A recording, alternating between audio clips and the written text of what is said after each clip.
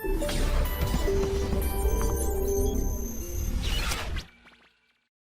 तो बच्चों, last class में हमने स्टीफन्स लॉ की प्रॉब्लम पढ़ी है, स्टीफन के नियम, और स्टीफन के नियम का ही एक अप्रोक्सीमेट फॉर्म पढ़ी थी, अप्रोक्सीमेट रूप पढ़ा था न्यूटन का शीतलन का नियम। फिर न्यूटन के शीतलन के नियम का भी और अप्रोक्सीमेशन किया था, न्यूटन के शीतलन के नियम की एवरेज फॉर्म, औसत रूप, जिससे हमने कुछ प्रॉब्लम भी की थी। अभी और उसके ऊपर कुछ और प्रॉब्लम्स देखते हैं। जैसे हमने कैलोरीमेट्री और कंडक्शन को मिक्स किया था, वैसे कंडक्शन और रेडिएशन, चालन और विकिरण को भी मिक्स किया जा सकता है। इस तरह की प्रॉब्लम भी की जा सकती है। जैसे सिंपल से एग्जांपल समझते हैं। मान लो क्वेश्चन से समझते हैं इस चीज को कि भाई कैसे हम चालन विकिरण इनको भी यूज कर सकते हैं।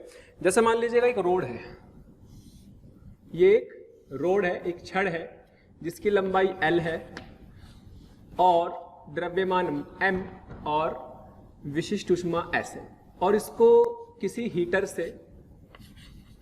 से ताप इसका TH है, फिक्स है, ये वाला ताप नहीं बदल रहा, और ये कैसी छड़ है, पूरी तरह से अवरोधिक छड़ है, यानी कि ऊष्मा का ह्रास वातावरण में नहीं हो रहा है। ठीक है, तो यहां से ऊष्मा इस पॉइंट तक जा रही है, तो कौन से मेथड से जाएगी यहां से यहां तक ऊष्मा, कौन से तरीके से जाएगी, चालन की विधि से। लेकिन यहां से खुला हुआ है तो बाहर क्या है, वातावरण है, सराउंडिंग्स है, तो ये वातावरण का ताप है, वातावरण का ताप। ठीक है, अब अगर मैंने ये कंडीशन दे रखी कि T माइनस TS जो है इज लेस देन TS, इनका जो ताप अंतर है वो बहुत ज्यादा नहीं है, ठीक है, वो कम है काफी। तो ये कंडीशन किसकी थी, न्यूटन के शीतलन के नियम की। तो सवाल क्या है, सवाल ये है साम्य अवस्था में ताप T कितना होगा।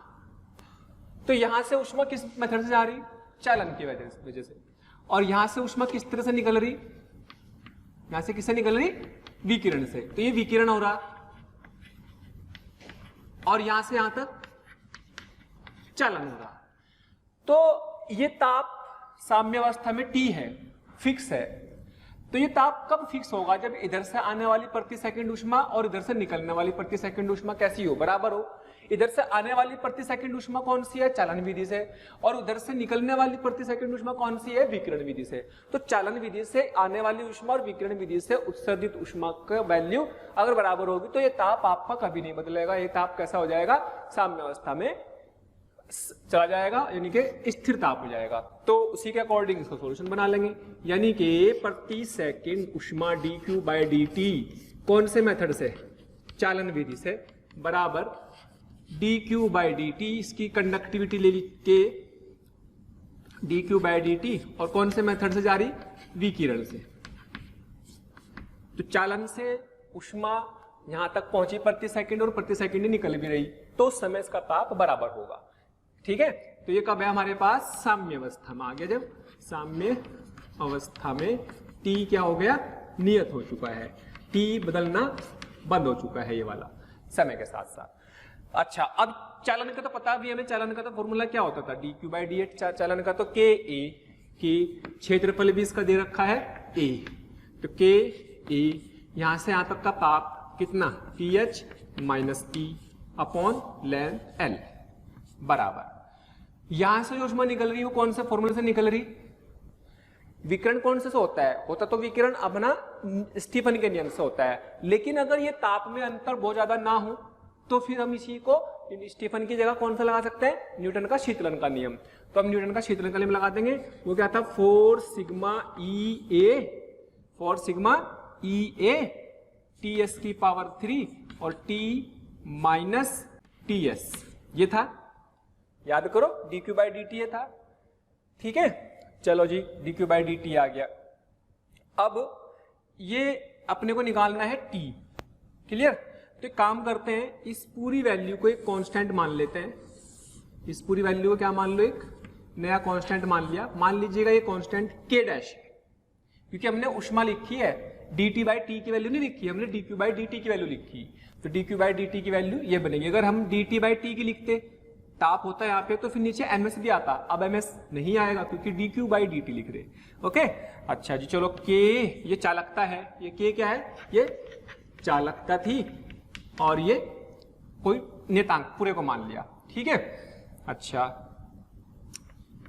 तो के ए से तो उड़ जाएगा, ए से तो उड़ जाएगा, के टी एच माइनस के इंटू टी बराबर एल उधर चला जाएगा, तो एल के डैश टी माइनस एल के डैश टी एस। अपने को टी चाहिए तो सिंपल अपना टी वाला इस तरफ पर जाओ, ये इधर ले जाओ, तो क्या बनेगा, एल के डैश, ये इधर गया, ये इधर गया, तो एल के डैश प्लस के इंटू टी, ठीक है। इसको उधर ले गए, प्लस का हो जाएगा, एल के डैश प्लस के इंटू टी, ये इधर आ जाएगा, तो ये कितना जाएगा भाई, ये आ जाएगा के टी एच प्लस एल के डैश टी एस। तो बस टी आ गया, टी की वैल्यू कितनी आ गई, के टी एच प्लस एल के dash T S upon L के डैश प्लस के, ये आ गया अपने पास इतना टेम्परेचर, ठीक है। तो इस तरीके से हम चालन और विकिरण को भी इसमें मिक्स कर सकते हैं, ऐसी और भी प्रॉब्लम कर सकते हैं। तो ये न्यूटन के शीतलन के नियम का भी यूज हो गया, और न्यूटन के शीतलन के नियम का एक और यूज है कि इससे हम प्रैक्टिकली जो विशिष्ट ऊष्मा होती है किसी पदार्थ की, वो विशिष्ट ऊष्मा भी निकाल सकते हैं, लेकिन ध्यान रखने का कि इस कंडीशन में ही ये वैलिड है, ये कंडीशन होगी तो ही चलता है ये। ओके, चलो और प्रॉब्लम देखते हैं, स्टीफन भी मिला लेते हैं इसमें। सवाल ये है कि क्वेश्चन ये दिया हुआ है कि भाई मान लो 3 आइडल ब्लैक बॉडी की प्लेटें हैं जिनकी चालकता बहुत ज्यादा है, ठीक है। इसका ताप दिया हुआ है 2T, इसका ताप दिया हुआ 3T, इसका ताप T डैश निकालना है, ठीक है भाई। सभी आइडल ब्लैक बॉडी आईबी शुद्ध मतलब आदर्श कर्षणिका है, आदर्श कर्षणिका है सब, ठीक है। तो सवाल में ये बोला है और सबका एरिया समान, सबका एरिया समान है, ठीक है भाई। तो साम्य अवस्था में, साम्य अवस्था में T डैश कितना होगा, तो भाई ये उत्सर्जित कर रहे दोनों और ये अवशोषित कर रही होगी इससे, और इस ताप पर ये उत्सर्जित भी कर रही होगी। तो जिस समय इसका ताप फिक्स हो गया है उस समय इसके उत्सर्जन की दर और इन दोनों से अवशोषण की दर दोनों बराबर हो गई होगी। तो वही करना है, सीधा सीधा सा फंडा है कि आपको T निकालना है, लेकिन खास बात क्या है कि D Q by D T, D Q by D T ये उत्सर्जन क्षमता, ये अवशोषण या अपनी उत्सर्जन बराबर किसके, D Q by D T A, और उत्सर्जन के बाद ये अवशोषण। देखो इसकी बात कर रहे हैं, अगर इसका ताप फिक्स हो चुका है साम्य अवस्था में तो ये T डैश निकालना है। इस T डैश को निकालने के लिए ये तभी स्थिर हो सकता है कि जितनी ऊष्मा इससे उत्सर्जित हो रही है उतनी ऊष्मा इधर से इसको अवशोषित भी हो रही होगी, ठीक है। तो इसमें कोई ताप के बारे में नहीं दिया, तो उसका मतलब इसमें स्टीफन लॉ को ही लगाएंगे। सिग्मा की पावर, सिग्मा T की पावर 4 है, ब्लैक बॉडी है, E की वैल्यू 1 है सबके लिए। तो अब इससे उत्सर्जित ऊष्मा, इधर का भी एरिया इधर का भी एरिया है, दोनों तरफ से उत्सर्जित ऊष्मा होगी। तो कौन कौन सी उत्सर्जित ऊष्मा, भाई उत्सर्जित ऊष्मा कौन सी होगी, तो इधर से भी उत्सर्जित और इधर से भी उत्सर्जित, तो डबल कर दूं 2 सिग्मा T डैश की पावर 4। ये कौन सा नियम लगाया, स्टीफन का नियम लगाया, ठीक है, क्योंकि यहाँ पे कोई कंडीशन हमें नहीं पता है कि भाई ताप में क्या है, तो नहीं है तो फिर अपना स्टीफन कर लो, ठीक है। दूसरा, इधर से ऊष्मा इस तरफ भी गई, इधर से ऊष्मा इस तरफ भी गई, तो इधर से कितने इसमें जाएगी ऊष्मा, तो ये अवशोषित करेगा, और इसमें से उत्सर्जित हो गई ये, तो सिग्मा 2 सिग्मा टी डैश की पावर 4 सिग्मा इसका ताप 2t की पावर 4 प्लस सिग्मा 3t की पावर 4। इधर से आई और इधर से आ गई और इसने इसको अवशोषित कर लिया। सीधा सा फंडा है, सिग्मा से सिग्मा कैंसिल हो जाएगा, तो 2t डैश की पावर 4 बराबर 4t की पावर 4। 2 की पावर 4 का मतलब हो गया है 16, t की पावर 4 प्लस 3 की पावर 4 का मतलब हो गया है 81 t की पावर 4 और 81 6 एक साथ 97 t की पावर 4। तो t डैश कितना आ गया 97/2 की पावर 1/4 t। ये पावर 4 तो चल जाएगी, ये तो हट जाएगा, इसके ऊपर आएगी 1/4 की पावर t। तो इस तरीके से ज्यादा कोई टफ सवाल नहीं है, अच्छा सवाल है, जेईई में पूछा वाला की। तो ये इस तरीके से आपको ध्यान रखना है कि भाई इसमें जो ऊष्मा आ रही है इन दोनों से आ रही है और उत्सर्जित दोनों सरफेस से करेगा, इसलिए यहाँ पे 2 से मल्टीप्लाई करना अनिवार्य है। ओके, अब थोड़ी सी बात करते हैं इंटेंसिटी की, तीव्रता की। हालांकि तीव्रता कोई नई चीज नहीं है, आप देखोगे कि जब फॉर्मूला उत्सर्जन क्षमता के लिए था वैसा सही फॉर्मूला आएगा। ये बात इसलिए करनी जरूरी है क्योंकि हम पढ़ने वाले हैं सोलर कांस्टेंट, सूर्य का नियतांक, सोलर नियतांक। लेकिन उससे पहले थोड़ी सी बात किसकी करनी है, तीव्रता की। तीव्रता या इंटेंसिटी भी बोल सकते हैं, इंटेंसिटी भी बोल सकते हैं। इसको क्या लिखते हैं इंटेंसिटी को, जैसे हमने उत्सर्जन अक्षमता की परिभाषा बनाई थी, प्रति सेकंड उत्सर्जित ऊष्मा या ऊर्जा पर यूनिट टाइम। तो ये भी वही है कि कितनी एनर्जी Q/A इंटू टी, प्रति सेकंड प्रति यूनिट एरिया से उत्सर्जित ऊष्मा। ठीक है, तो कितनी ऊर्जा से पर सेकंड उत्सर्जित हो रही है। आप Q/T को एनर्जी अपॉन टाइम, ऊर्जा अपॉन समय, इसको पावर अपॉन ए भी बोल सकते हैं। ठीक है, तो वाट पर मीटर स्क्वायर इसकी यूनिट कह सकते हैं, या जूल पर सेकंड मीटर स्क्वायर भी कह सकते हैं, एक ही बात है। तो उसी को तीव्रता कहते हैं। इसका हमें करना क्या है, एक्चुअली में तीव्रता कई जगह पूछी जाएगी, मॉडर्न फिजिक्स में भी, ऑप्टिक्स में भी। थोड़ा सा मैं यहाँ पे इसलिए इंट्रोड्यूस करा रहा हूं क्योंकि हम पढ़ने वाले हैं सोलर नियतांक, सोलर कांस्टेंट। ये क्या होता है, इसके बारे में जानने से पहले हमें थोड़ी सी जानकारी इस बात की लेनी पड़ेगी कि भाई ये इंटेंसिटी क्या है। जैसे अगर मैं आपसे बोलूं कि कोई बल्ब रखा हुआ है, पावर है, क्या इससे चारों तरफ विकिरण ऊर्जा निकलेंगी, चारों तरफ ऊष्मा निकलेंगी, किसी गोलीय रूप में फैल जाएंगी, गोलीय रूप।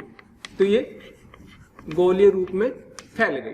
तो अगर हम बोलूं कि भाई यहाँ बहुत सारे गोले बना जा सकते हैं अनंत, तो मान लीजिएगा एक पॉइंट ए, एक पॉइंट बी है, तो ए पर भी उतनी पावर आ रही है और बी पर भी। अगर हम बोलूं ए पर पावर और बराबर बी पर पावर, क्या सही है? यस, सही है। जितनी प्रति सेकंड ऊर्जा इसमें मिल रही है, प्रति सेकंड ऊर्जा इसमें मिल रही है ना, तो पावर तो सही है। लेकिन अगर हम बोलूं कि ए पर और बी पर इंटेंसिटी सही है क्या, तो ये गलत है, ये गलत है। क्यों?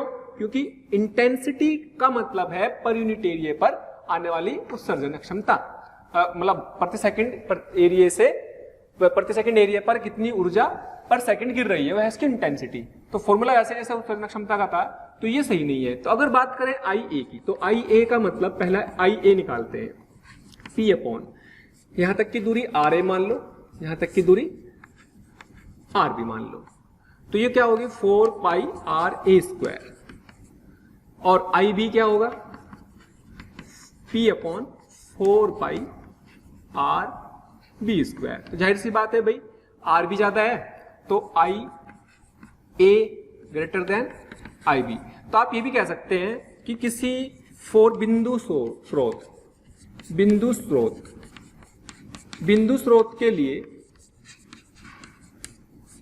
स्रोत के लिए आप ये भी कह सकते हैं कि जो तीव्रता होती है वो प्रोपोर्शनल होती है R² के, 1/R² के।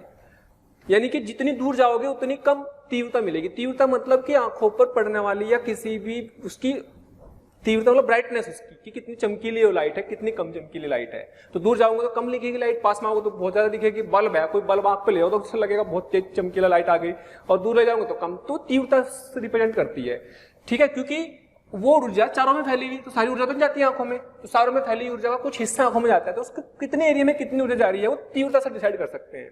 ठीक है, अब जैसे मान लो मैं आपसे बोलूं कि भाई एक सोर्स रखा हुआ है, मान लो मैं एक सोर्स की बात करूं, तो इस सोर्स से अगर मैं बोलूं कि भाई एक r दूरी पर ये आंखें हैं और एक 2r दूरी पर है एक आंख, तो दोनों को तीव्रता अलग अलग मिलेगी, ठीक। तो इसको मान लो A, इसको मान लो B।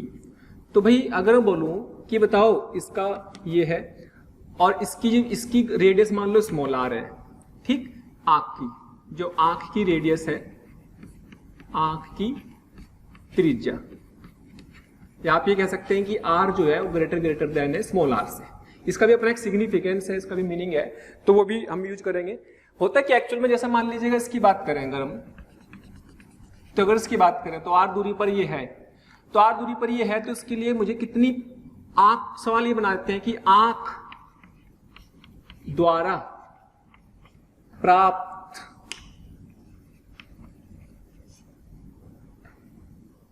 ऊर्जा प्रति सेकंड, ऊर्जा प्रति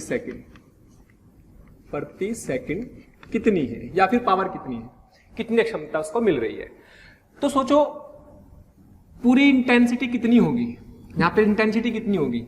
सॉल्यूशन अगर मैं बनाऊं इसका, तो IA पर तीव्रता कितनी, P/4πr², क्या यही बनेगी, यस। अब इसको कितनी पावर मिल रही, बहुत ध्यान से समझेंगे कि भाई यहां से यहां तक की दूरी है, लेकिन ये क्या है, एक गोला है जिसकी रेडियस कितनी है, स्मॉल r है, जिसकी रेडियस कितनी है, स्मॉल r है। तो यहां से जो ऊर्जा मिल रही है, इसमें से जो ऊर्जा जा रही है, तो चूंकि इस r बहुत छोटी है, तो आप ये कह सकते हैं कि यहां से यहां तक की जो, ये भी r मान सकते हो, ये भी कैपिटल R, तो यहां पर जो तीव्रता है वो समान मान सकते हो, क्योंकि r ग्रेटर देन r, इसलिए I क्या होगी, कांस्टेंट होगी एट A। आंख पर उसकी तीव्रता समान, सोचो बड़ी कर दें, अगर उसको बहुत बड़ी कर देंगे तो फिर तो वो दूरी अलग अलग हो जाएंगी, बहुत बड़ी आंख के लिए तो दूरी अलग हो जाएंगी r, अगर r दूरी अलग हो गई अलग अलग बिंदुओं के लिए तो तीव्रता अलग अलग हो जाएगी। तो तीव्रता को नियत मान ले, उसको आंख पे आने वाली तीव्रता को कांस्टेंट मानने के लिए इस r को छोटा मान लिया। अब इससे फायदा क्या होगा, अब देखो जब यहाँ पर लाइट गिरेगी, यहाँ पर जब लाइट गिरेगी तो इसकी एक परछाई बनेगी, और वो परछाई कैसे दिखाई देगी, एक सर्किल की जैसे दिखाई देगी, जिसको हम बोलते हैं इसका प्रोजेक्टेड एरिया। कैसा, प्रोजेक्टेड या प्रक्षेप्य एरिया, प्रक्षेपित क्षेत्रफल, यानी कि छाया, एक तरह से आप बोल सकते हो उसकी कितनी छाया है, शैडो कितनी है ना। तो एरिया जब हम यहां पर लेते हैं कि कितनी पावर रिसीव की, भाई एक इकाई क्षेत्रफल में कितनी ऊष्मा आ रही, आइए कितनी ऊर्जा आ रही इकाई क्षेत्रफल में प्रति सेकंड इतनी, तो इतने क्षेत्रफल में कितनी आएगी, तो ये नहीं लेना, कौन सा लेना, ये वाला लेना। तो पावर रिसीव्ड, प्राप्त यानी कि कितनी पावर प्राप्त होगी, IA इंटू कौन सा एरिया, πr², ये वाला, दैट इज πr², ना कि 4π स्मॉल r²। 4π स्मॉल r² मत लेना, क्योंकि प्रोजेक्टेड एरिया लेना होता है। तो भाई ये P/4πr² इंटू πr², क्षमा, तो हम बोलेंगे PR²/4r²। इतनी ऊर्जा तो मिली इसको, ठीक है, A के लिए, किसको मिली, A को ली, ये आंसर। लेकिन अगर बात B की करें, B के लिए, तो भाई पहला I भी निकालनी पड़ेगी, और पावर अपॉन इसके लिए 4π 2r का होल स्क्वायर, तो P अपॉन कितनी, 4π से 4 चौक 16 πr², ठीक है भाई, ये आ गया। अब पावर रिसीव्ड एट B, कितनी प्राप्त हुई इसको पावर, ठीक है भाई, कितनी पावर प्राप्त हुई, IB इंटू कितना एरिया, इसका भी एरिया इसकी भी रेडियस r मान ली, आंखें का एरिया रेडियस से मान ली हमने, तो कौन सा क्षेत्रफल, क्या इसका क्षेत्रफल भी 4πr² आएगा, πr², यस, πr² क्षेत्रफल। भाई आप तो समझो कि किसी गोले पर अगर मैं लाइट डालूं, किसी गोले पर अगर लाइट डाल दी तो क्या मिलेगा आपको, एक परछाई मिलेगी जिसको हम सर्किल की जैसे दिखा सकते हैं। और क्या ये वही सर्किल है जो यहाँ पर है, और जो यहाँ पर सर्किल है तो उसकी रेडियस कितनी है, r, तो इसका क्षेत्रफल कितना होगा, πr²। तो ये नहीं लेना, इसी को हम बोलते हैं प्रोजेक्टेड एरिया। तो आई इंटू पाई आर स्क्वायर। चलो पूरा कैलकुलेशन अगर करी जाएगी, छोटे छोटे टुकड़ों को लेकर के करोगे सोल्व, तो आखिर में आंसर पाई आर स्क्वायर ही बचता है। अगर आप इसके हिसाब से लोगे छोटे छोटे एरिया पर, तो सोल्व करने पे इंटीग्रेशन से कैलकुलेशन से लगाओगे तो पूरी कैलकुलेशन के बाद भी पाई आर स्क्वायर आता है। तो हमने याद रख लिया कि भाई प्रोजेक्टेड एरिया लेना है सिर्फ, ठीक है। तो पाई आर स्क्वायर और भाई लो P upon 16 pi R square into pi R square, छम्मा छम्मा, और भाई कितना आ गया, P R square upon 16 R square, बस। तो इससे इतनी पावर रिसीव हुई। अच्छा, इसको कम रिसीव हुई, इसको ज्यादा रिसीव हुई। आप कह सकते हैं कि P B is less than P A. भाई एक हो जाता क्योंकि जो पास में उसको ज्यादा पावर मिलेगी, है ना, उसको कम मिल रही, दूर दूर है दोनों, है ना, अलग अलग रेडियस पर है, इसका क्षेत्रफल अलग होगा, इसका जो इंटेंसिटी है वो अलग हो गई। ओके, तो इस तरीके से हम इंटेंसिटी की या उसके हेल्प से कहीं पे कितनी पावर रिसीव हो रही किसी क्षेत्रफल पर वो निकाल सकते हैं। तो क्षेत्र, ये रेडियस का छोटा होने का कारण भी समझ में आ गया होगा। फिर मैं बता देता हूं कि अगर मान लो ये आंख बड़ी कर दूं, समझाने के लिए बता दूं, मान लो बड़ी आंख कर दूं, इतनी बड़ी आंख कर दूं, तब ये दूरी और ये दूरी तो बहुत ज्यादा अंतर आ गया ना, तब यहाँ तीव्रता और यहाँ तीव्रता में अलग अलग होगी। तो तीव्रता को छोटा रखने के लिए हमने ऐसा किया। रिलेटिव हमारे पास वो लाइट आ रही है, वो लाइट चारों तरफ फैल रही, तो मेरे तो इतने एरिया में कितनी ऊर्जा जा रही है वो चाहिए मुझे, तो पहले इकाई एरिया में कितनी जा रही है वो निकाल लो, इतने एरिया से मल्टीप्लाई करके निकल जाएगी, सीधा सा यूनिट रूल है, इकाई नियम लगा दो, ठीक है। लेकिन ध्यान ये रखना है कि अगर हमारे पास ये फ्लैट एरिया, कोई डिस्क है, कोई चकती है, तब तो उसका पाई आर स्क्वायर आएगा। लेकिन अगर गोला भी है तब भी हमें उसका केवल शेडो वाला हिस्सा लेना, परछाई वाला हिस्सा लेना है।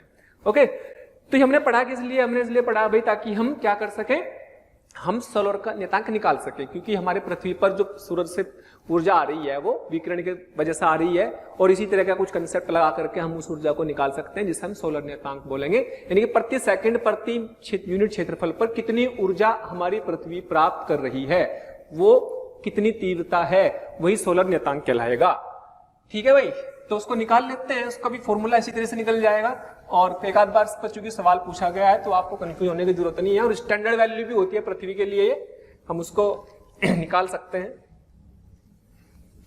चलो जी, देखो अगर हम बात करें सोलर कांस्टेंट की, सोलर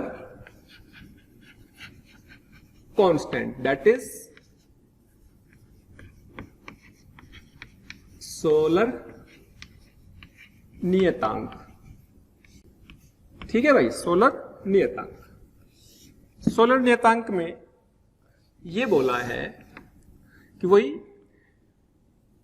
प्रति सेकंड प्रति यूनिट एरिया पर कितनी ऊर्जा सूरज से निकल रही है, कितनी ऊर्जा सूरज से निकल रही है, कितनी ऊर्जा पृथ्वी हमारे लिए रिसीव कर रही है। तो क्या है, कैसे निकालते हैं, जैसे मान लीजिएगा अगर मैं इसको थोड़ा सा सन की बात करूं, इसकी रेडियस आर एस, ये ब्लैक बॉडी होती है, इनकी की वैल्यू 1 होती है इसके लिए, ठीक है। इसका ताप टी एस मान लीजिएगा, रेडियस आर एस मान लीजिएगा। यहां से डी दूरी पर कौन है, छोटी सी पृथ्वी लगेगी यहां से, तो ये डी दूरी पर पृथ्वी है जिसकी रेडियस कितनी है आर ई, और इसका टेम्परेचर कितना है टी। खैर उसकी जरूरत भी नहीं पड़ने की हमें, ठीक है। और इसकी रेडियस आ गई, और यहां पर सबसे पहले क्या करो, सबसे पहले आप इसमें इंटेंसिटी निकालो, यहां से जो उष्मा जा रही है वो कितनी जाएगी। अच्छा, इसमें भी वही है, पर जहां से जो उष्मा आएगी वो उसके लिए कौन सा क्षेत्रफल लेंगे, इस पे रिसीव कौन करेगा ये। तो हमें करना क्या है, सोलर नियतांक भी निकालना है और पृथ्वी पर प्रति सेकंड कितनी उष्मा आ रही है ना, तो वो भी निकाल लेंगे। तो निकल जाएगा जब एक बार इससे हम कितनी ऊर्जा यहां से उत्सर्जित हो रही है प्रति सेकंड वो निकाल लेंगे। तो सन से प्रति सेकंड ऊर्जा उत्सर्जित हो रही है इस ताप की वजह से, और इस ताप के कारण ऊर्जा जो उत्सर्जित होती है वो कौन से नियम से निकाली जाती है, विकिरण हो रहा है, नहीं कि विकिरण का मतलब स्टीफन के नियम से। तो स्टीफन का नियम लगा करके सन से उत्सर्जित power. Thank you so much प्यारे स्टूडेंट्स, हमें इतना प्यार देने के लिए। डेली हजारों स्टूडेंट्स हमारे वीडियो लेक्चर देख करके लाभान्वित हो रहे हैं। हमारी आपसे रिक्वेस्ट है कि आप हमारे डिस्क्रिप्शन बॉक्स में जा करके हमारे लिंक को क्लिक करें, अपना एनरोलमेंट सुनिश्चित करें। जो स्टूडेंट्स डाउट सॉल्विंग और स्टडी मटेरियल के लिए भी इच्छुक हैं वो हमारे प्रीमियम कोर्स के लिए अप्लाई करके ज्वाइन कर सकते हैं। यानी कि dq/dt कह सकते हैं, dq/dt कह सकते हैं ना सन से। तो sigma E A T S की पावर 4, सिग्मा E एरिया किसका 4 पाई R S square T S की पावर 4, इतनी उत्सर्जन ऊष्मा इसमें से जा रही है प्रति सेकंड। ठीक है, अब इंटेंसिटी की बात करते हैं। आई कितनी है भाई, वहां पर कितनी आई आ गई है, यहां पर पहले आई निकाल लो, प्रति सेकंड कितनी ऊर्जा उत्सर्जित हो रही है। तो कितनी पावर ऑफ सन अपॉन, जैसे बल्ब मान लेता अभी एक आंख मान लेती, तो पावर ऑफ सन अपॉन कितना, जब ये ऐसे लेंगे तो यहां तक की दूरी का ये वाला एरिया, ये वाली दूरी का ये वाला एरिया, तो कौन सा होगा ये होगा 4 पाई डी स्क्वायर। तो 4 pi D square, 4 pi D square आ गया। अच्छा, अब 4 पाई डी स्क्वायर आ गया तो 4 पाई डी स्क्वायर में ये वैल्यू रख दी सिग्मा ई ए की जगह हमने लिख दिया 4 pi R S square T S की power 4 upon 4 pi D square. 4 pi से 4 पाई कट जाएगा और ई की वैल्यू वैसे तो 1 है ना, लेकिन अगर कोई और ऐसी बॉडी हो जिसमें ई की वैल्यू हो तो वो रख सकते हैं। तो यहाँ पर अपने पास सिग्मा भी पता है, ई भी पता है, आर एस की पावर 2 टी एस की पावर 4 अपॉन 4 डी स्क्वायर। तो ये जो वैल्यू आई इसी को बोलते हैं बेसिकली हम क्या, जिसी को बोलते हैं सोलर कांस्टेंट। ठीक है भाई, इसको बोलते हैं सोलर कांस्टेंट। ठीक है, सोलर नियतांक, इसको बोलेंगे सोलर नियतांक। अब ये सोल्व करके जो आता है लगभग ये आता है 1380, सारी वैल्यू रखने के बाद 1380 जूल पर सेकंड मीटर स्क्वायर या वाट पर मीटर स्क्वायर या 1.4 किलो वाट पर मीटर स्क्वायर, किलो जूल पर मीटर पर सेकंड, लगभग इतनी आती है। ये सारी वैल्यू रख लेंगे, सब कुछ रेडियस के सन और टेम्परेचर ऑफ सन ये सब निकाल सकते हैं, सब वैल्यू रख सकते हैं। ठीक है, अब अगर हमें चाहिए कि पृथ्वी पर कितनी ऊर्जा रिसीव हो रही है, पृथ्वी पर कितनी ऊर्जा रिसीव हो रही है, तो पृथ्वी पर प्राप्त ऊर्जा पर सेकेंड, प्रति सेकेंड, वो कितनी आएगी, पी रिसीव बराबर, तो आई इंटू एरिया कौन सा, पाई आर ई स्क्वायर, पृथ्वी की जो रेडियस होगी आर स्क्वायर। तो फिर ध्यान रखें कि कौन सा क्षेत्रफल लिया हमने भाई, यहां से जो ऊष्मा ऊर्जा की तरंगे जो आ रही होंगी उससे जो क्षेत्रफल बनेगा वो क्या बनेगा, वही डिस्क जैसा बनेगा, पूरा सर्किल बनेगा, जिसका क्षेत्रफल क्या आएगा पाई आर स्क्वायर, जिसे हमने क्या नाम देना है, प्रोजेक्टेड या प्रक्षेपित एरिया कौन सा है। बस हो गया काम अपना, sigma E R S square T S की power 4 on 4 D square into pi R square. सवाल में कुछ नहीं, सिर्फ डेटा दिया रहेगा, डेटा रखो और आंसर आ जाएगा, लेकिन पता होना चाहिए कि भाई सोलर नियतांक क्या होता है और किस तरीके से हम कहीं पर प्राप्त ऊर्जा को निकाल सकते हैं। ठीक है, तो इस तरीके से हम सोलर नियतांक को कवर कर सकते हैं। ओके, चलिए इसको नोट करें। अब हम आगे पढ़ते हैं किरचॉफ का नियम। दो नियम और बच रहे हैं हमारे इस चैप्टर के, Kirchhoff law and Wien's law.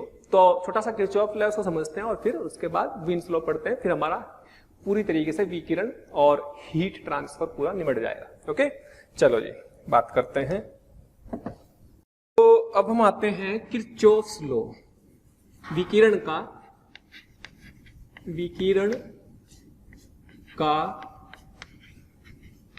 Kirchhoff का नियम, विकिरण का किरचॉफ का नियम। एक्चुअल में हमने स्टार्टिंग में एक चीज पढ़ी थी कि जो अच्छा अवशोषक होता है वही अच्छा उत्सर्जक भी होगा।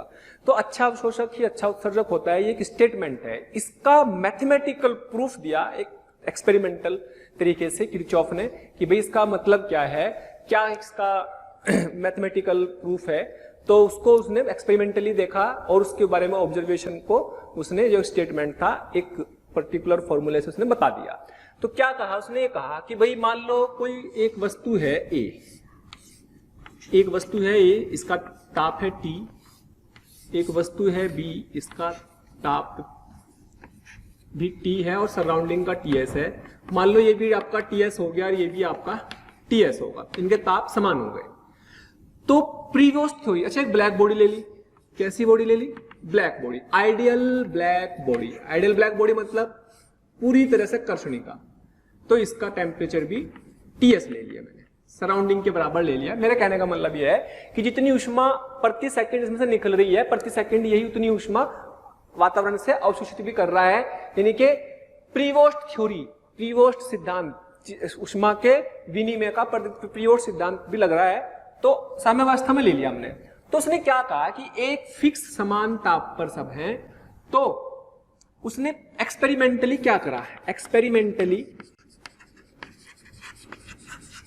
उसने प्रायोगिक रूप से ये ऑब्जर्व किया कि भाई इसकी उत्सर्जन अक्षमता, अच्छा समान एरिया मान लीजिएगा, चलो समान एरिया की ले ली, उत्सर्जन अक्षमता, उत्सर्जन अक्षमता, चलो तो अपनी जो अपने थी उत्सर्जन क्षमता क्या थी, याद होगा आपको, एमिसिव पावर, एमिसिव पावर जो उत्सर्जन क्षमता थी, उत्सर्जन क्षमता E बराबर ये था Q/AT, ठीक है, या dQ/AT, एक ही बात है, E लिख दिया। तो उसने देखा कि किसी भी सामान्य वस्तु है, ये तो कैसी वस्तु है, सामान्य वस्तु, जर्नल बॉडी, जी भी कह सकते हैं इसको, ये भी जर्नल बॉडी और ये आइडियल ब्लैक बॉडी, ठीक है, जी भी मतलब सामान्य वस्तु। तो उसने क्या कहा, उसने कहा कि भाई इसकी उत्सर्जन अक्षमता एमिसिव पावर और इसकी अवशोषण अक्षमता A, सामान्य वस्तु है तो इसकी सामान्य वस्तु की A की इनका अनुपात, और ऐसी B के लिए निकाला सामान्य वस्तु B भी है, और इसकी अवशोषण क्षमता का अनुपात, और फिर black body, E of black body upon A of black body, इन तीनों का अनुपात देखा तो पाया यह गया कि तीनों अनुपात समान थे, और समान थे साथ साथ कांस्टेंट थे, इसका मतलब नियत थे, इनकी वैल्यू नियत थी। और ये नियत वैल्यू चूंकि हमें पता है ए ब्लैक बॉडी कितना होता है हमेशा 1, तो ये नियत वैल्यू किसके बराबर आ गई, ई ऑफ ब्लैक बॉडी के बराबर आ गई। तो उसने कहा कि इन तीनों का अनुपात, कितनी भी वस्तुएं रख दो चाहे, तो उनका अनुपात हमेशा बराबर होता है। अगर इनका अनुपात बराबर होता है तो आप क्या ये कह सकते हैं कि E अपॉन ए बराबर ई बी बी, ये कह सकते हैं ब्लैक बॉडी के लिए, जर्नल बॉडी अपॉन ए बराबर ई बी बी, या ये कह सकते हैं आप यहां से कि E जर्नल बॉडी बराबर ए ऑफ ई ब्लैक बॉडी। अच्छा ये तो क्या है, किसी ब्लैक बॉडी के लिए तो ये हमेशा ही फिक्स रहेगा, नियतांक है, तो आप ये कह सकते हैं कि E of general body proportional to A, यानी कि स्टेटमेंट की फॉर्म में कह सकते हैं कि उत्सर्जन अक्षमता समानुपाती है अवशोषण अक्षमता के, ठीक है। इसकी कोई यूनिट नहीं होती लेकिन इसकी पूरी यूनिट होती है। तो अवशोषण अक्षमता यानी कि इसके बेस पर उसने ये कहा कि एक अच्छा अवशोषक ही अच्छा उत्सर्जक होता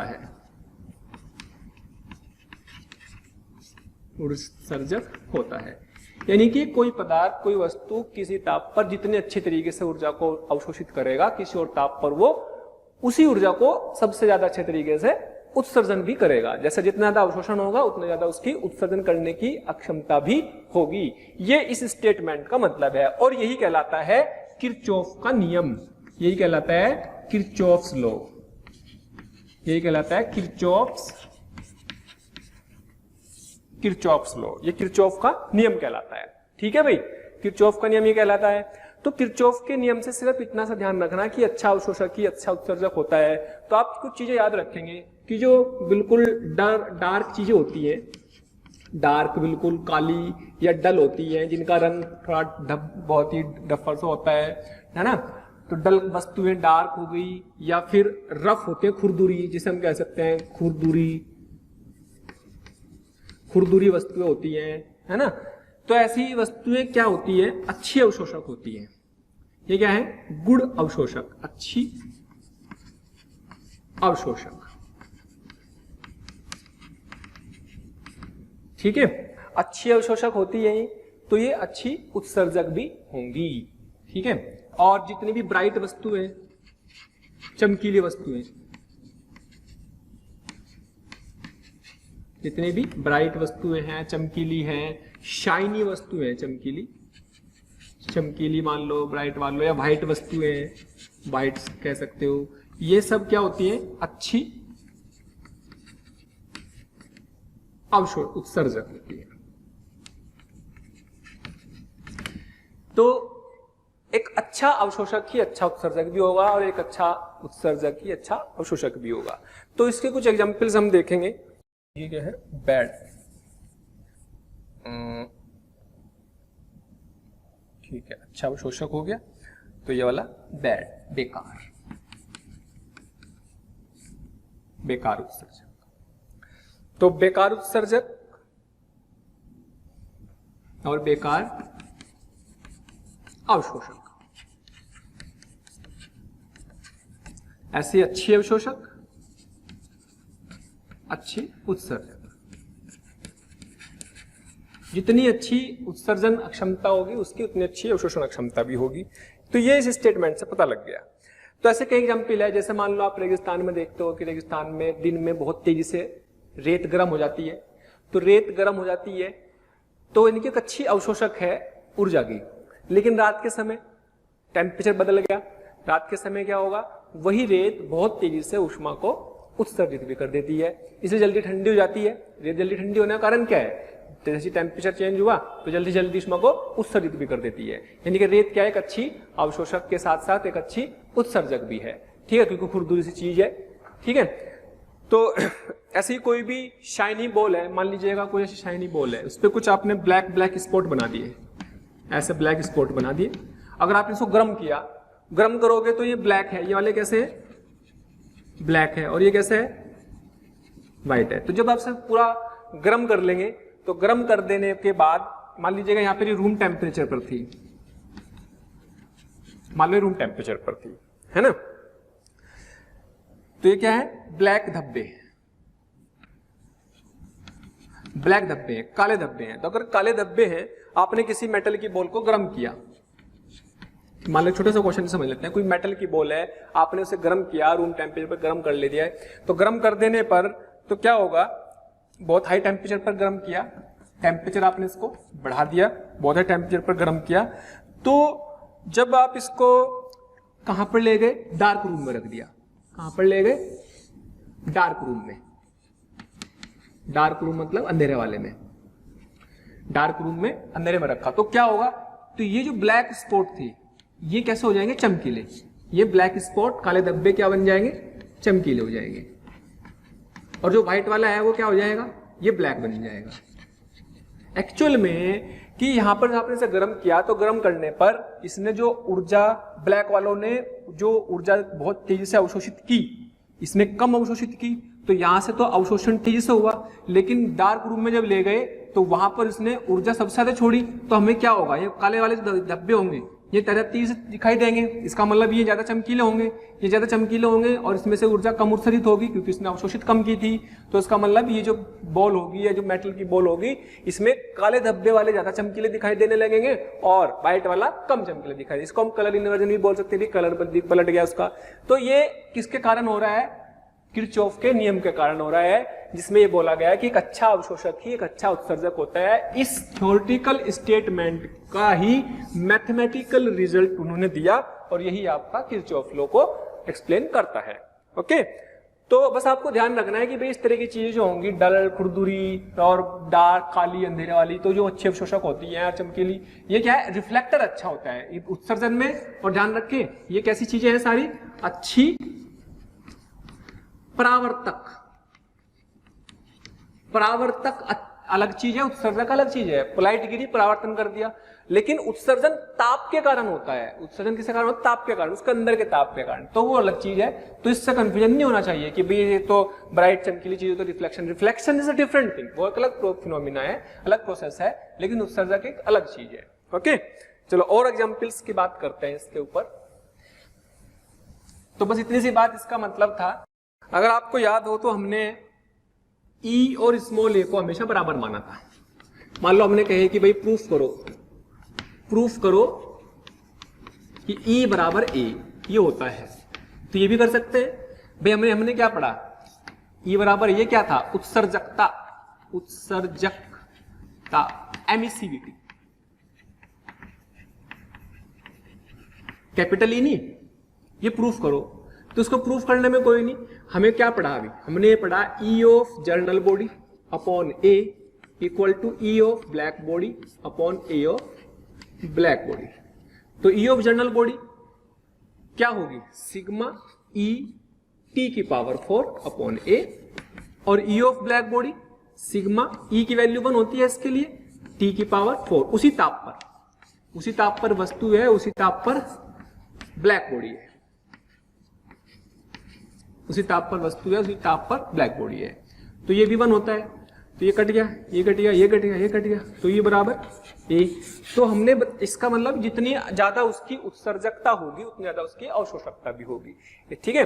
तो ये हमेशा इक्वल होते हैं, ई और ए हमेशा इक्वल आएंगे, ठीक है। तो एक छोटा सा एग्जाम्पल हमने पहले भी लिया था इसको, स्टीफन लॉ में, दोनों को बराबर। कारण क्या था बराबर लेने का, और एक ही भी रीजन है बराबर लेने का, है ना।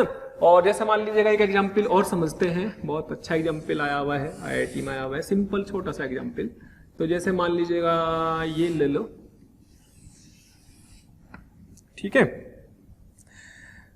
तो भाई ये दिया हुआ है कि इसका ताप है, इसका टाइम के साथ साथ टेम्परेचर चेंज है, ये ग्राफ एक्स है और ये ग्राफ वाई है, ग्राफ एक्स और ग्राफ वाई है, ठीक है।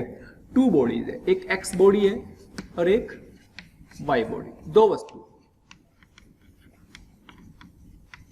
दोनों का ताप शुरू में समान था, दोनों का ताप शुरू में समान था, दोनों का एरिया भी समान है, क्षेत्रफल भी समान है ना। तो अगर E उत्सर्जकता है एंड A अवशोषकता है, ये है। तो आपको 4 ऑप्शन दिए, आपको बताना है कि कौन सा सही है, A, B, C, D, ठीक है। ग्राफ की हेल्प से आपको ये आइडिया लगाना है, ठीक है। मैं आप यहाँ पे 4 ऑप्शन लिख देता हूं, जैसे EX, EY, AX, AY, EX, EY, AX, AY, EX, EY, AX, AY, EX, EY, AX, AY। तो इनमें बस थोड़ा थोड़ा सा चेंजेज है, ये ग्रेटर, ये लेस, ठीक है। और भाई दोनों ग्रेटर कर दिए, दोनों लेस कर दिए, और ये लेस कर दो और ये ग्रेटर कर दो। तो ग्राफ से समझना है कि भाई एक वस्तु थी जिसका ताप कितना था, शुरू में दोनों का ताप T था, लेकिन जैसे जैसे उनको रखा तो उनके ठंडे होने के ग्राफ बनाए। तो ठंडे होने के ग्राफ देख के बताना है कि कौन सी तेजी से ठंडी होगी, कौन सी। अब जो ज्यादा जल्दी ठंडी होगी मतलब उसकी उत्सर्जन क्षमता उतनी ज्यादा, जितनी ज्यादा उसकी उत्सर्जन क्षमता है, उस एमिसिविटी जितनी ज्यादा है, इसका मतलब उसकी अवशोषण क्षमता भी उतनी ज्यादा होगी। यानी कि जो जिसका ई ज्यादा उसका ए ज्यादा, जिसका ई कम उसका ए कम, यानी कि या तो दोनों ज्यादा होंगे या दोनों कम होंगे। यानी कि ऑप्शन तो बी और सी में से बनना, एक ज्यादा हो और एक कम हो, ऐसा तो हो नहीं सकता। अगर ये ज्यादा है इससे तो ये भी ज्यादा होना पड़ेगा, ये कम है तो ये भी कम होना पड़ेगा। यानी कि ज्यादा कम और कम ज्यादा, ये दो तो अपने ऑप्शन रिजेक्ट हो गए, क्योंकि अभी हमने पढ़ा कि दोनों बराबर या दोनों की वैल्यू कैसी होती है, इक्वल होती है। यानी कि मोर ई मोर ए, तो या तो ज्यादा होंगे और या फिर दोनों कम होंगे। तो अब समझते हैं इसको कि मान लो आपने किसी टाइम टी पे देखा, किसी टाइम टी पर देखा, तो x का टेम्परेचर Tx और y का टेम्परेचर, तो किसका टेम्परेचर ज्यादा है? Ty का, यानी कि Tx लेस देन है Ty। इससे क्या मतलब निकला? इससे मतलब ये निकला कि भाई इसका ताप कम है, एक ही समय दोनों चले थे, इसका ताप कम हुआ, यानी कि ज्यादा तेजी से ठंडा कौन हुआ? इसका ताप ज्यादा जल्दी से कम हो गया, ज्यादा तेजी से ठंडा ये हुआ, यानी कि इसकी उत्सर्जन अक्षमता ज्यादा है, इसने ज्यादा उत्सर्जित की। इसका मतलब इसकी एमिसिविटी ज्यादा है, इसकी एमिसिविटी कम है, यानी कि Ex ग्रेटर देन Ey। और अगर एमिसिविटी ज्यादा है तो किरचॉफ लॉ के अकॉर्डिंग, अगर उत्सर्जकता ज्यादा है तो किरचॉफ लॉ के अकॉर्डिंग अवशोषकता भी ज्यादा ही होनी पड़ेगी। इसका मतलब ये हुआ Ex ग्रेटर देन Ey है, ये तो मुझे यहां से पता लग गया, लेकिन Ax ग्रेटर देन Ay कहां से पता लगेगा मुझे? ये पता लगेगा किरचॉफ के नियम से, यानी कि ऑप्शन बनेगा बी। ठीक है भाई, इसका मतलब ज्यादा ठंडा हुआ तो इसका मतलब इसकी E ज्यादा है तो इसका A भी ज्यादा होगा, simple, Ex greater than Ey। तो इस तरीके से हम किरचॉफ लॉ की प्रॉब्लम को समझ सकते हैं। तो सीधा सीधा सा फंडा है, आपको यही देखना है कि भाई कब कौन सा, किस टेम्परेचर पर कौन सी वस्तु का ताप कैसा है। जैसे और एग्जांपल समझते हैं, मान लीजिएगा आपको किसी रूम टेम्परेचर पर कोई वस्तु है, ठीक है, कैसी वस्तु है? डल। डल मतलब जिसका रंग थोड़ा सा धुंधला सा है ना, ब्लड सा कलर है। तो इस पे कोई ऊष्मा आई, कोई ऊर्जा दी थी इसको, इसने कुछ ऊर्जा को अवशोषित कर लिया, अवशोषित किया, तो ये अवशोषित ज्यादा करेगी या कम? तो जाहिर सी बात है अवशोषित ज्यादा करेगी, ठीक है। और तो रिफ्लेक्ट कम करेगी कि ज्यादा? परावर्तिक, परावर्तन कम होगा, अवशोषण ज्यादा होगा रूम टेम्परेचर पर, ठीक है। और अगर मान लीजिएगा एक शाइनी वस्तु है, कैसी है? चमकदार, चमकदार, इस पर ऊर्जा आई तो ये क्या करेगी? परावर्तन ज्यादा करेगी। तो इसका मतलब इसमें जो अवशोषण होगा कम अवशोषण होगा, कम ऊर्जा को अवशोषित करेगी। अगर इसने कम ऊर्जा को अवशोषित कर लिया, ठीक है भाई, ये कैसी वस्तु थी? चमकदार वस्तु। अब मैं इसको हाई टेम्परेचर पर ले गया, हाई टेम्परेचर पर, हाई टेम्परेचर पर जब इसको लेकर के आया तो क्या होगा? जितनी ज्यादा इसने अवशोषित की थी, अवशोषित ज्यादा करेगा ही, तो जितनी ज्यादा इसने अवशोषित की थी तो ताप के कारण उतनी ही ज्यादा क्या करेगा? उत्सर्जन। जब ज्यादा उत्सर्जन करेगा तो ये बॉडी कैसी दिखेगी? डल की जगह शाइनी, चमकदार दिखेगी। तो बॉडी कैसी दिखेगी? चमकदार दिखाई देगी। प्यारे बच्चों, हमें रोज कमेंट्स के माध्यम से ये रिक्वेस्ट आ रही है कि सर हमें इस टॉपिक के वीडियो लेक्चर प्रोवाइड करें या इस टॉपिक के वीडियो को समझाएं। तो मेरी आपसे रिक्वेस्ट है कि आप हमारे चैनल पर जाकर के सब्सक्राइब करें और बेल आइकन को हिट करें, ताकि जो भी वीडियो लेक्चर हमने डाले हुए हैं उसके नोटिफिकेशन आपसे मिस ना हो। मैं ऐसा इसलिए कह रहा हूं क्योंकि हमने ज़्यादातर वीडियो लेक्चर को ऑलरेडी अपने चैनल पर डाला हुआ है, तो जिस लेक्चर की आप डिमांड कर रहे हैं वो लेक्चर आपको पॉसिबली वहां पर मिल जाएंगे। और इसकी बात करें तो इसने अवशोषण ही कम करा था, तो जब अवशोषण ही कम करा तो उत्सर्जन भी कम करेगा किरचॉफ के नियम के अकॉर्डिंग, तो इसमें से उत्सर्जन कम होगा, ठीक है। तो ये कैसी दिखाई देगी? ये डल दिखने लगेगी, थोड़ी सी डल दिखने लगेगी, इसका रंग थोड़ा सा धुंधला दिखने लगेगा।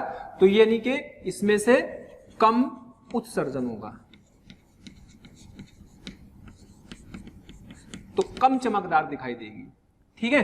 तो ये सब किसकी एप्लीकेशन है? ये सब एप्लीकेशन है हमारी किरचॉफ के नियम की, ओके। तो ऐसे बहुत सारी कलर की एग्जांपल्स होते हैं कि भाई कोई ब्लैक वस्तु है गर्म की, उसको फिर किसी रूम पे ले गए और वो ठंडी की, तो उसके कलर बदल जाते हैं। तो उसका कारण क्या है? कलर बदलने का यही सब कारण होता है, ओके। तो इसके बाद हम पढ़ते हैं इसमें वीन्स लॉ। उसको पढ़ने के लिए थोड़ा सा हमें पहले कुछ स्पेक्ट्रम की थ्योरी को थोड़ा जानना पड़ेगा ब्लैक बॉडी के। तो next topic black body spectrum, जिसमें से हमें वीन्स लॉ को पढ़ना है और उसकी कुछ एप्लीकेशन देखनी है। छोटा सा लॉ है और बहुत आसान है। चलो जी, क्या नियम है देखो भाई, हेडिंग डाल ले पहले। हेडिंग ये है, आदर्श कर्षणिका के लिए, आदर्श कर्षणिका के लिए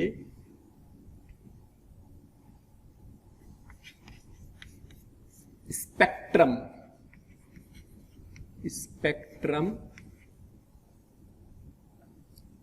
स्पेक्ट्रमी वितरण ग्राफ,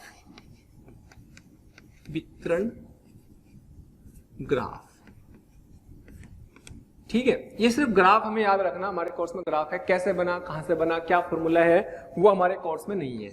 आइडल ब्लैक बॉडी का स्पेक्ट्रम डिस्ट्रीब्यूशन है ना, स्पेक्ट्रम डिस्ट्रीब्यूशन क्या है, कैसे बनाया गया, तो ध्यान से समझेंगे कि भाई अगर कोई वस्तु किसी भी ताप पर है, तो अब हमें पहले से पता है कि भाई जब कोई वस्तु किसी भी ताप पर होती है तो उसमें से ऊर्जा निकलती है, विकिरित होती है वो विकिरण के कारण, और इससे जो ऊर्जा निकलती है वो, मान लो कि अगर आइडल ब्लैक बॉडी है तो दुनिया की सारी वेवलेंथ, जितनी भी तरंगे हो सकती हैं, विद्युत चुंबकीय तरंगे सारी निकलती हैं किसी भी ताप के कारण। यानी कि 0 से लेकर अनंत तक की जितनी भी तरंग धैर्य हो सकती हैं विद्युत चुंबकीय तरंगों का, पूरी की पूरा सारी वेवलेंथ निकलती है। तो उन वेवलेंथ को अगर एक जगह सीक्वेंस में रख दिया जाए तो उसको बोलते हैं विद्युत चुंबकीय तरंगों का स्पेक्ट्रम। वो स्पेक्ट्रम का एक ग्राफ बनाया, ठीक है, वो एक स्पेक्ट्रम का एक ग्राफ बनाया। तो ये जो ग्राफ बनाया जाएगा वो ग्राफ हमें बना बना याद रखना है, क्योंकि उसका फॉर्मूला हमारे कोर्स में नहीं है, कैसे बनता है वो, कहां से आया वो फॉर्मूला, वो सब अपने कोर्स के पार्ट नहीं है। उस ग्राफ से कुछ खास चीजें निकालनी, उसमें से एक नियम निकालना है, व्हील्स लॉ, उसको देख के ऑब्जर्व करके एक लॉ बनाया गया, वो लॉ समझना है।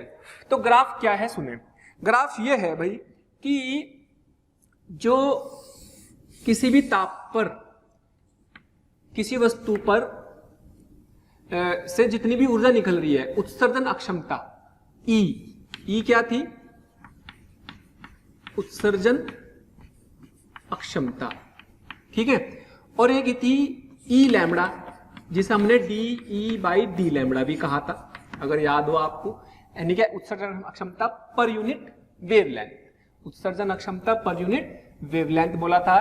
तो ये हमने स्पेक्ट्रल वर्ड नाम दिया था इसके लिए, स्पेक्ट्रल, जब भी वेवलेंथ के साथ निकाल लेंगे, स्पेक्ट्रल उत्सर्जन अक्षमता,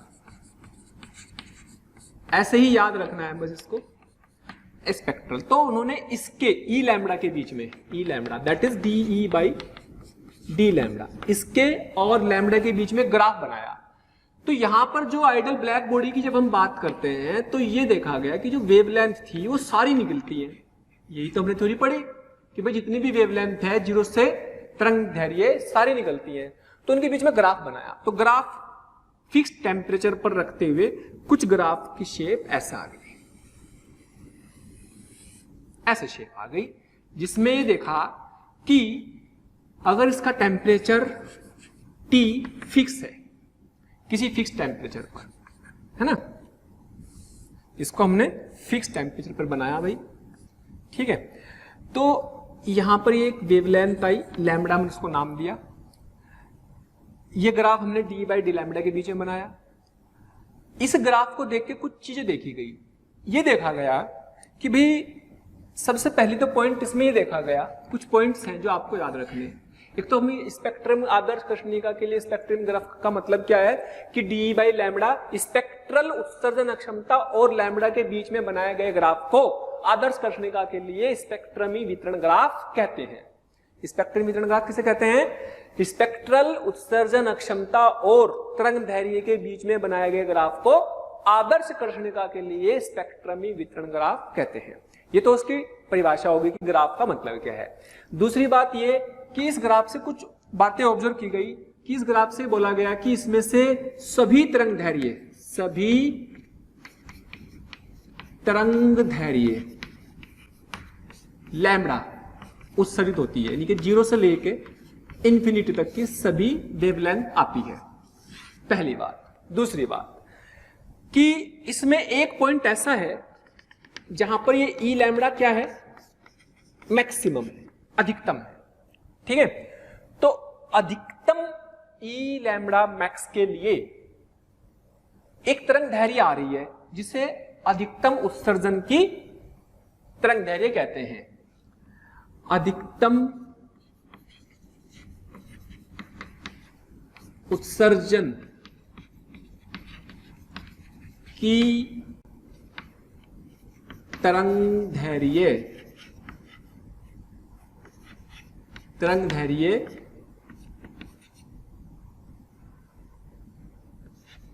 लैम्बडा एम पर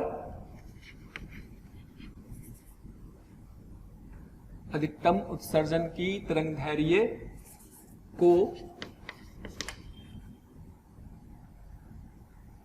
लैम्बडा एम से दिखाते हैं। इस तरंग दैर्घ्य पर,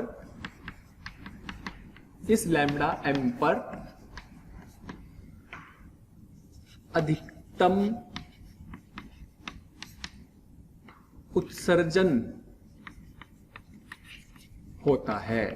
यानी कि ये अधिकतम नहीं है, अधिकतम कौन है? ई लैम्बडा मैक्स। अधिकतम उत्सर्जन की वैल्यू ई लैम्बडा मैक्स हो गई। ठीक है, तो ये ध्यान रखने वाली बात है। तीसरी बात ये कि भाई इससे आगे जाओ चाहे पहले जाओ, अगर लैम्बडा 1 ले लूं और ये लैम्बडा 2 ले लूं तो लैम्बडा एम से ज्यादा जाओगे तो भी ई कम रहेगा, है ना, तो भी ये कम रहेगा और ये भी। यानी कि अगर मैं बोलूं कि भाई lambda 1 is less than lambda M तो E1 is less than E max. But अगर मैं बोलूं कि lambda 2 greater than lambda M तब E2 तब भी ई मैक्स से कम ही रहना है। तो ये ध्यान रखेंगे क्योंकि तो घट रही है, एक ही पॉइंट पे एक ही वेवलेंथ ऐसी है जिस पर सबसे ज्यादा उत्सर्जन हो रहा होगा। हो तो सारी वेवलेंथ रही, सारी तरंगें निकल रही, लेकिन अलग अलग तरंगों की ऊर्जा उत्सर्जन अलग अलग है। एक जगह ऐसी है जब सबसे ज्यादा उत्सर्जन हो रहा है। ठीक है। चौथा, ग्राफ के नीचे का एरिया, ग्राफ के नीचे का क्षेत्रफल उत्सर्जन अक्षमता के स्पेक्ट्रल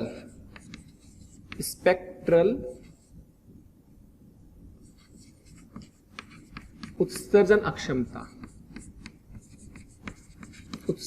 अक्षमता के बराबर होगा। कैसे? देखो भाई, हमने पढ़ा ना DE by D lambda equal to what? DE by D lambda equal to E lambda. यहां से कह सकते हैं कि DE बराबर ई लैम्बडा डी लैम्बडा। इसको इंटीग्रेट करेंगे तो ये क्या आ गई? सारी टोटल स्पेक्ट्रल नहीं, क्षेत्रफल कुल उत्सर्जन क्षमता के बराबर होगा। वेवलेंथ कहां से? 0 से इंफिनिटी तक और ये 0 से ई तक, तो यानी कि ई टोटल बराबर किसका? ई लैम्बडा। देखो यहाँ पर ई लैम्बडा है, यहाँ पर लैम्बडा, तो उसके नीचे का एरिया, इनको मल्टीप्लाई में करेंगे तो ये क्या लिखेंगे? क्षेत्रफल किसके? ई लैम्बडा तथा लैम्बडा के ग्राफ के नीचे का क्षेत्रफल किसके नीचे का? ई लैम्बडा और लैम्बडा के भी नीचे का। तो ये हमारी ई टोटल उत्सर्जन क्षमता आ जाएगी। ओके। पांचवा पॉइंट ये कि जो उत्सर्जन क्षमता है ये किसके बराबर है? टोटल उत्सर्जन क्षमता सिग्मा टी की पावर 4। या ये कौन सा लॉ है? Stefan's law. ये तो हम पहले ही पढ़ चुके, स्टीफन्स लॉ, ये स्टीफन का नियम है, ये भी हम पहले निपटा चुके हैं। एक पॉइंट और है जो सबसे ज्यादा इंपॉर्टेंट है, जिससे हम क्या नाम देंगे स्टीफन्स लॉ के बाद? इसका नाम देंगे वीन्स लॉ। वीन्स लॉ क्या कहता है? तो ये सब पॉइंट आपने नोट किए होंगे। इसको वीन्स लॉ की बात करते हैं इसमें, तो ये पॉइंट अच्छे से याद रखेंगे। 6 नंबर, जिसे नाम क्या देंगे? वीन्स लॉ, वीन का नियम। उसने क्या कहा? उसने कहा कि भाई लैम्बडा एम और ये जो टेम्परेचर है टी, ये जो टेम्परेचर है टी, इनका जो मल्टीप्लीकेशन है वो कभी नहीं बदलता। Vm lambda M into T. देखो लैम्बडा एम का मतलब अधिकतम वेवलेंथ नहीं है, बल्कि वो वेवलेंथ जिस पर अधिकतम उत्सर्जन होता है। Lambda M is the wavelength जिस पर अधिकतम उत्सर्जन अक्षमता है। तो ये कांस्टेंट होता है जिसको बी देते हैं 2.89 इंटू 10 की power -3 metre kelvin, unit metre kelvin होता है। ये देश में किस में लेना, केल्विन में, डिग्री सेल्सियस में नहीं लेना, ये इंपॉर्टेंट है। ठीक है, तो इसी को बोलते हैं वीन्स लॉ। वीन्स लॉ आप इसको भी बोल सकते हैं lambda inversely proportional to T. ठीक है, आप ये भी बोल सकते हैं लैम्बडा m1 t1 बराबर लैम्बडा m2 t2।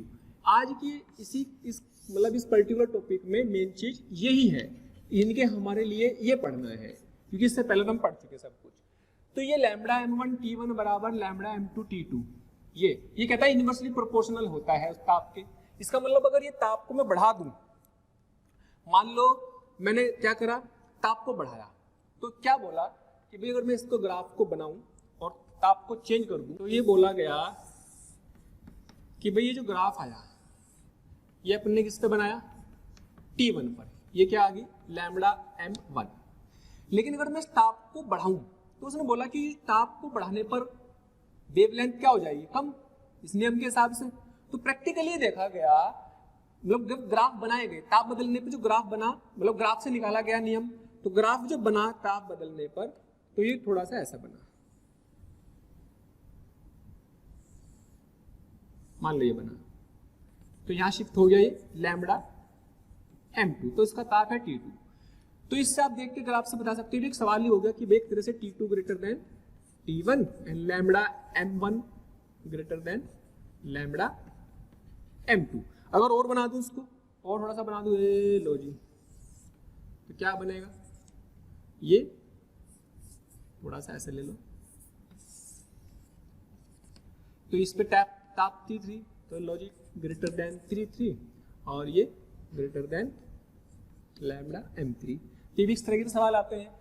तो ये शिफ्ट कर देता है लेफ्ट में, यानी कि ग्राफ लेफ्ट में बाईं तरफ शिफ्ट हो जाता है ना, स्थापित हो जाता है, स्थापित होगा कब, जब हम ताप को बढ़ाएंगे। ताप बढ़ाने पर ग्राफ बाईं तरफ शिफ्ट हो जाता है, यही वीन्स का नियम है।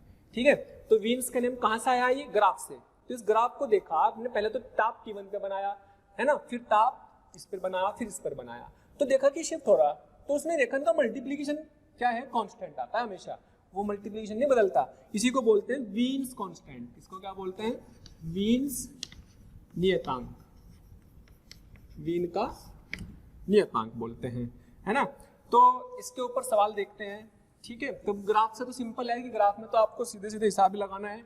मान लीजिएगा मैंने आपको बोल दिया, एक तो आपको दे दिया 1000 केल्विन का ग्राफ और एक दे दिया आपको 2000 केल्विन का ग्राफ। ठीक है, तो ये और ये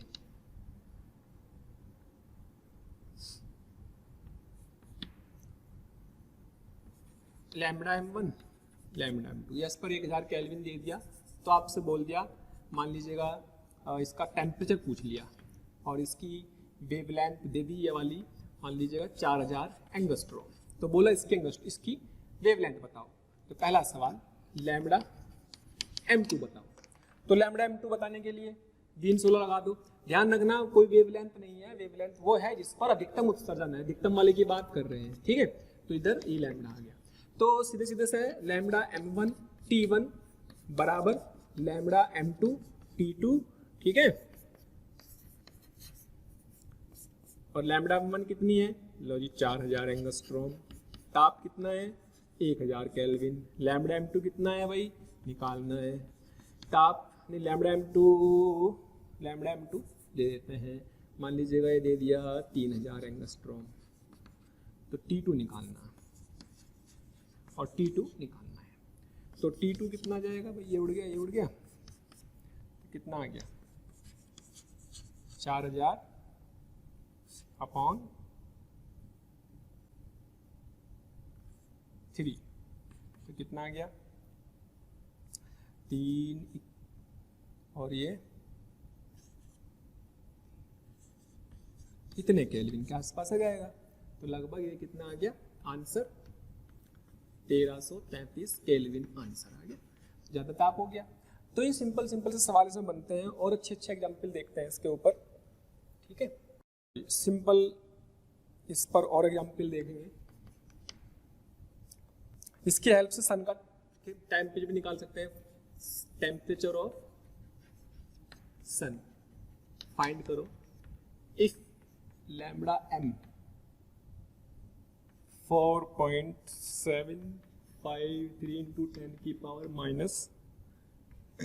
-7 मीटर है, मान लीजिएगा दे दिया, तो टेम्परेचर ऑफ सन बताना, तो वही लैम्बडा एम दे दी, तो lambda M T S equal to B 2.89 10 की पावर -3, ठीक।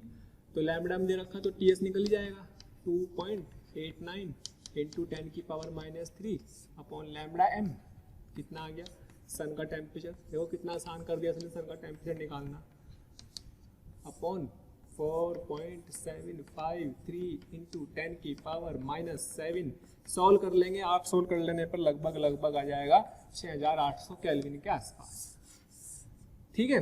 तो एक रफ आइडिया मिल गया कि हाँ भाई सन जो है 6000 केल्विन तक का गर्म होगा या 7000 केल्विन तक के टेम्परेचर के बराबर होगा, तो इससे सन का टेम्परेचर निकाल सकते हैं, ठीक है। तो मान लो ऐसा क्वेश्चन दे दिया भाई, 3 डिस्क है, 3 क्या है, चकती है, समान क्षेत्रफल है। सवाल समझे ध्यान से, 3 चकतियां हैं, समान क्षेत्रफल है, ठीक है। तो ये भी दिया हुआ है लैम्बडा m1 अनुपात लैम्बडा m2 अनुपात लैम्बडा m3 बराबर 1:2:3, ये हमें दिया हुआ है। अच्छा, अब ये दिया हुआ है, पूछा क्या है, तो पावर का अनुपात, उत्सर्जित पावर का अनुपात, उत्सर्जित पावर अक्षमता का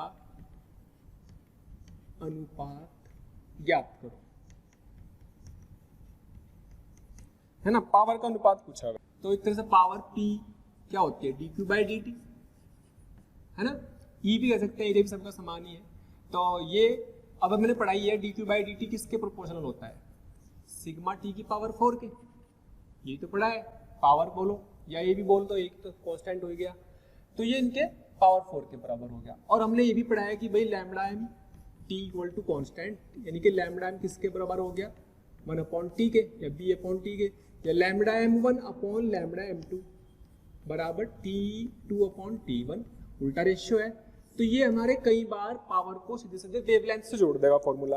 अगर मैं यहाँ पे भी जोड़ू P1/P2 बराबर क्या बनेगा, T1/T2 की पावर 4, तो T1/T2 क्या बनेगा, लैम्बडा m अपॉन 2/1, उल्टा बन जाएगा।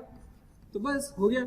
इसका मतलब ये हुआ कि भाई हमारे पास इसका रेशियो क्या बनेगा, आप ये कह सकते हैं कि P proportional to 1 lambda m की पावर 4, यानी कि P1 अनुपात P2 अनुपात P3 बराबर या समानुपात का चिन्ह लगा सकते हैं, तो 1 लैम्बडा 1 की पावर 4 अनुपात 1 लैम्बडा m2 की पावर 4 1 लैम्बडा m3 की पावर 4, लो जी 1/1 की पावर 4 1/2 की पावर 4 1/3 की पावर 4, ठीक है भाई, इसकी पावर 4, तो ये कितना है 1/1/2 की पावर 4 16/81, ये आंसर आया भाई।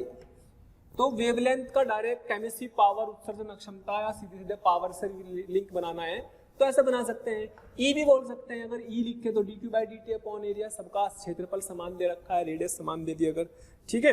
इस तरीके से हम इन सवालों को आसानी से कर सकते हैं और आते भी हैं, ऐसा नहीं है, सिंपल सवाल है, बढ़िया क्वेश्चन बनते हैं छोटे छोटे से, है ना।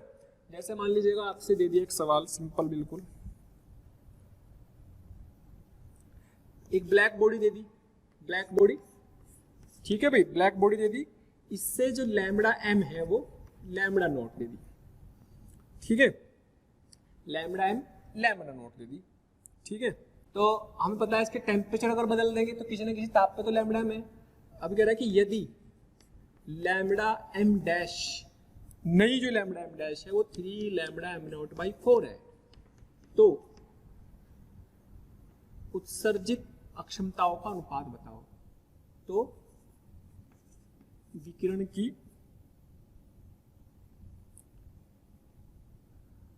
ऊष्मा हानि की दरों का अनुपात ज्ञात करो। ठीक है, तो ऊष्मा हानि की दर का मतलब dq by dt, dq by dt का मतलब p, तो वही है। तो भाई ये किसी ताप पे तो होगा ना, ये किसी ताप T1 पे होगा, तो ये तो ताप बदलोगे तो ये बदल जाएगी, ये किसी ताप T2 पर होगा। अब हमारा तो ताप से रिलेशन पता है सॉल्यूशन में। सॉल्यूशन में क्या करते हैं, P प्रोपोर्शनल टू T की पावर 4, तो P1 upon P2 equal to T1 upon T2 की पावर 4, बिल्कुल वैसे सवाल। तो हम लिख सकते हैं lambda M2 upon lambda M1 की पावर 4 बराबर कितना, 3/4 lambda M not upon lambda naught power 4, छम। तो 3 की पावर 4 81 और 4 की पावर 4 256 आंसर। ये अनुपात आ गया, बहुत सिंपल सवाल। ओके, आपको यही देखना है कि भाई क्या कांस्टेंट है क्या नियत है ना। अब इसमें इस चीज का विशेष ध्यान रखने की जरूरत यही है कि भाई नियत जैसा से मैंने दे दिया कि अगर मैं इसकी बात करूं तो इसकी बात अगर मैं पावर की बात करूं तो क्या सिग्मा ई ए टी की पावर 4 होता है। तो इसमें सिग्मा तो फिक्स है ही, ई भी इसका फिक्स है, एरिया भी फिक्स है, तो ये अपना टेम्परेचर बदल जाएगा जब भी बदलेगा, ये बदलेगा तो पावर बदल जाएगी, पावर का रेशियो पूछ लिया। लेकिन जरूरी नहीं है कि भाई आपकी कौन सी चीज फिक्स है, ये आपको फॉर्मूले से डिसाइड करना। जैसे इसने बोला है दो वस्तु है, एक ये है, इनकी इसे ए मान लो इसे बी मान लो, तो ई ए अपॉन ई बी ये दिया हुआ है 1 अपॉन ई, ये गिवन है। पहली बात, दोनों वस्तुएं हैं, दोनों का एरिया सेम, इसका ए इसका ए, एरिया सेम है, क्षेत्रफल बराबर है। ठीक है भाई, एरिया सेम क्षेत्रफल बराबर है ना। और दोनों की उत्सर्जन अक्षमता, ऊष्मा हानि की दर कह लो, ऊष्मा हानि की दर समान है, दोनों की ऊष्मा हानि की दर समान है। यानी कि क्या, dq बाई dt, यानी कि p ये क्या है, ये समान दे दी, ये समान दे दी। तो क्या पूछा, तो ये पूछा है तो लैम्बडा एम ए और लैम्बडा एम बी का अनुपात क्या है सॉल्यूशन।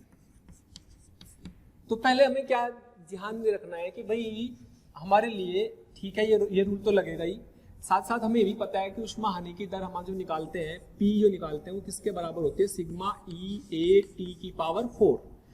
क्या P कांस्टेंट है, यस, ये तो कांस्टेंट दे रखी ऊष्मा हानि की दर। तो क्या सिग्मा कांस्टेंट है, यस। ई दोनों का अलग अलग है, क्षेत्रफल समान है। क्या ताप दोनों का समान है, नहीं, ताप बदलेगा तभी ये बदलेगा, है ना, ताप बदलेगा तो तभी अलग अलग आएगी। तो अलग अलग ताप पर उनकी ऊष्मा हानि की दरों का ये निकाल लेने की आप ये कह सकते हैं कि E इंटू टी की पावर 4 बराबर P upon sigma A, that is what, constant. ये नियत आ गया, ये तो नियत हो गया। अगर ये नियत हो गया तो आप बोल सकते हैं कि E ए टी ए की पावर 4 बराबर E बी टी बी की पावर 4, और मुझे E A upon E B दे रखा है, तो E A upon E B equal to T A upon T B की power T B upon T A की पावर 4। और क्या मैं इसको लिख सकता हूँ उल्टा रेशियो वीन्स लॉ से। वीन्स लॉ क्या कहेगा, वीन्स लॉ ये कहता है कि भाई लैम्बडा ए अपॉन लैम्बडा बी मैक्सिमम के लिए, है ना, मैक्सिमम के लिए है लैम्बडा एम ए और लैम्बडा एम बी बराबर किसके हैं, टी बी अपॉन टी ए के। उल्टा रेशियो ध्यान रखना, उल्टा रेशियो, यानी कि किसके बराबर आ गया, lambda M A upon lambda M B, इसकी पावर 4 के बराबर है। ठीक है, तो इस तरीके से आप देखेंगे E अपॉन ई बी की वैल्यू कितनी, 1 अपॉन ई, और lambda M A upon lambda M B की पावर 4, और यहाँ से पावर 4 इधर आ जाएगी, ये जब इधर आएगी तो lambda M A upon lambda M B equal to 1 upon E की पावर 1/4। ये आंसर आया भाई, ये आंसर आएगा। ठीक है, तो इस तरीके से हमारे पास मिनट, अब ये कह सकते हैं कि पावर का लिंक वेवलेंथ से, और कौन सी वेवलेंथ, सारी वेवलेंथ नहीं, वो वाली जिस पर मैक्सिमम उत्सर्जन हो रहा है। तो ये बड़ा इंपॉर्टेंट वर्ड है, मैक्सिमम एनर्जी है वो, ना कि मैक्सिमम वेवलेंथ। अधिकतम वेवलेंथ नहीं है, वेवलेंथ तो अनंत तक है अधिकतम, लेकिन ऊर्जा अपनी अधिकतम वैल्यू तक जा रही है, उसी के अकॉर्डिंग हमें इसको सोचना है। ओके, अभी एक और प्रॉब्लम देखते हैं। मान लो जैसे आपको दिया हुआ है कि एक वस्तु दे रखी है, टेम्परेचर दे रखा है उसका 3000 केल्विन। कितना दे रखा? 3000 केल्विन, है ना। तो वह ताप ज्ञात करो, वह ताप ज्ञात करो जब, वह ताप ज्ञात करो जब लैम्बडा एम में 9 माइक्रोमीटर का वृद्धि हो जाए, कि वृद्धि हो जाए लैम्बडा में, और जबकि बी दिया हुआ आपको, बी कितना होता है 2 × 10 की पावर -3, 2.89 होता है, लेकिन उसको लगभग 3 देते हैं आसान कैलकुलेशन के लिए। तो सॉल्यूशन क्या है भाई, इस ताप पर वस्तु कौन सा ताप पर रहे, 3000 केल्विन पर, तो लैम्बडा में निकलेगी, निकाल लो। तो लैम्बडा एम टी बराबर B, lambda M into 3000 equal to 3 × 10 की पावर -3। तो यहाँ से लैम्बडा एम की वैल्यू कितनी आ गई भाई, तो ये आ जाएगी 10 की पावर -6। आप कह सकते हैं दिस इज 1 माइक्रोमीटर। अब ये कह रहा है कि भाई अगर इसकी जो नई लैम्बडा एम है न्यू, इसे डैश मान लो, वो कितनी कर दी, 1 थी, तो उसको हमने 9 माइक्रोमीटर बढ़ा दिया, तो कितनी होगी 10 माइक्रोमीटर। तो जब अगर ये मैक्सिमम बदल गई तो ताप भी तो बदल गया होगा, तो ये टी डैश कितना है ये बताना। तो simple, lambda M dash into T dash बराबर 3 × 10 की पावर -3। तो लैम्बडा एम डैश 10 माइक्रोमीटर है, टी डैश बराबर 3 × 10 की पावर -3 है, और टी डैश बराबर ये उधर चला जाएगा, माइक्रोमीटर 10 की पावर -6, तो 3 × 10 की पावर -3 अपॉन, आगे कर लेते हैं, तो ये आ गया जी आपके पास टी डैश बराबर 3 × 10 की पावर -3 अपॉन 10 माइक्रोमीटर। चलो माइक्रोमीटर लिख लो, तो 3 × 10 की पावर -3 अपॉन 10 × 10 की पावर -6, ये आया है जी। अब आया टी डैश कितना, 3 × 10 की पावर -3 अपॉन 10 × 10 की पावर +6, तो कितना बच गया, टी डैश बराबर +3, यानी कि बनेगा 300 केल्विन। भाई एक तो कट जाएगा 5 और 3 इसमें से चली गई 2, 100 बचेगा, 100 × 3 300 केल्विन, तो इसका टेम्परेचर 300 केल्विन हो जाएगा। ओके, इसका टेम्परेचर 300 केल्विन हो जाएगा। चलो एक छोटा सा और सिंपल सवाल देखो, हमें दिया हुआ है B इक्वल टू 3 × 10 की पावर -3 और टेम्परेचर दिया हुआ है 300 केल्विन, किसी वस्तु का ताप इतना दिया हुआ है, और ये बोला है कि जो लैम्बडा, किस पे से 3 वेवलेंथ दे रखी है, लैम्बडा 1, लैम्बडा 2, लैम्बडा 3, लेकिन ये नहीं पता कौन सी वेवलेंथ है। ये 10 की पावर -6 मीटर है, 10 की पावर -5 मीटर है, 10 की पावर -4 मीटर है। इसके कोरस्पॉन्डिंग एनर्जी E1 है, इसके एनर्जी E2 है, इसके कोरस्पॉन्डिंग एनर्जी E3 है। तो सवाल में ये कह रहा है कि इनमें से कौन सी Emax है, कौन सी Emax है ये बताना है। ठीक है, तो उसके लिए सॉल्यूशन क्या करना, वीन्स लो। तो सॉल्यूशन क्या है, lambda M T equal to constant B, lambda M.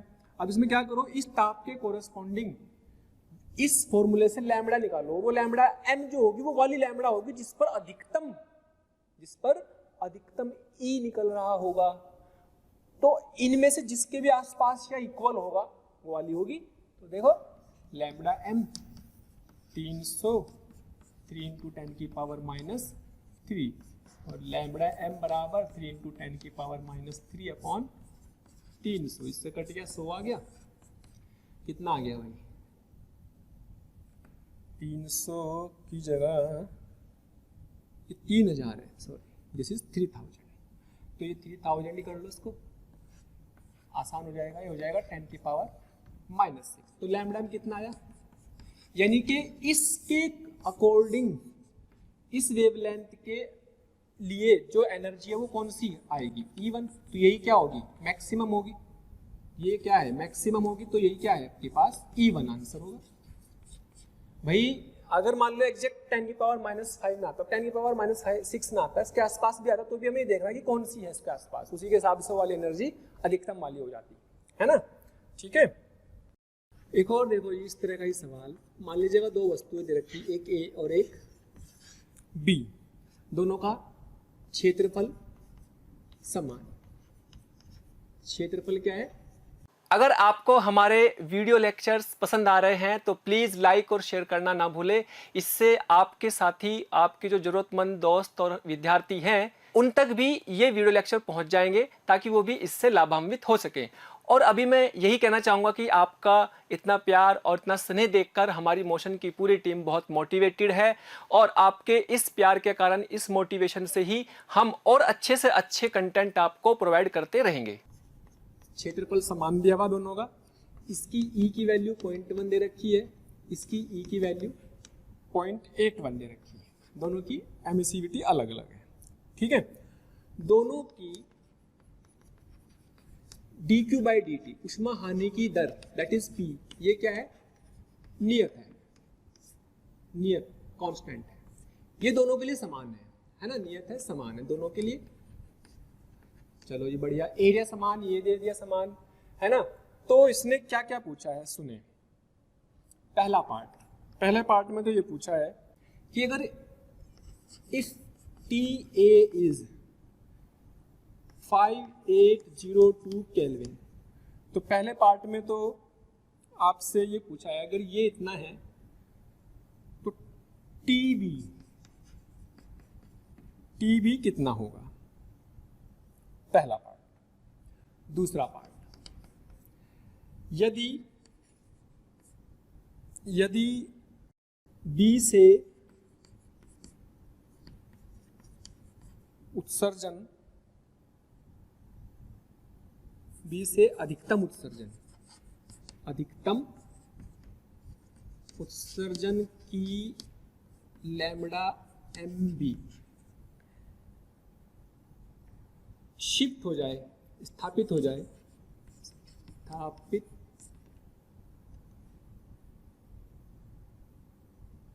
1 micrometer लिख सकते हैं, 1 micrometre lambda MB, lambda MA से 1 माइक्रोमीटर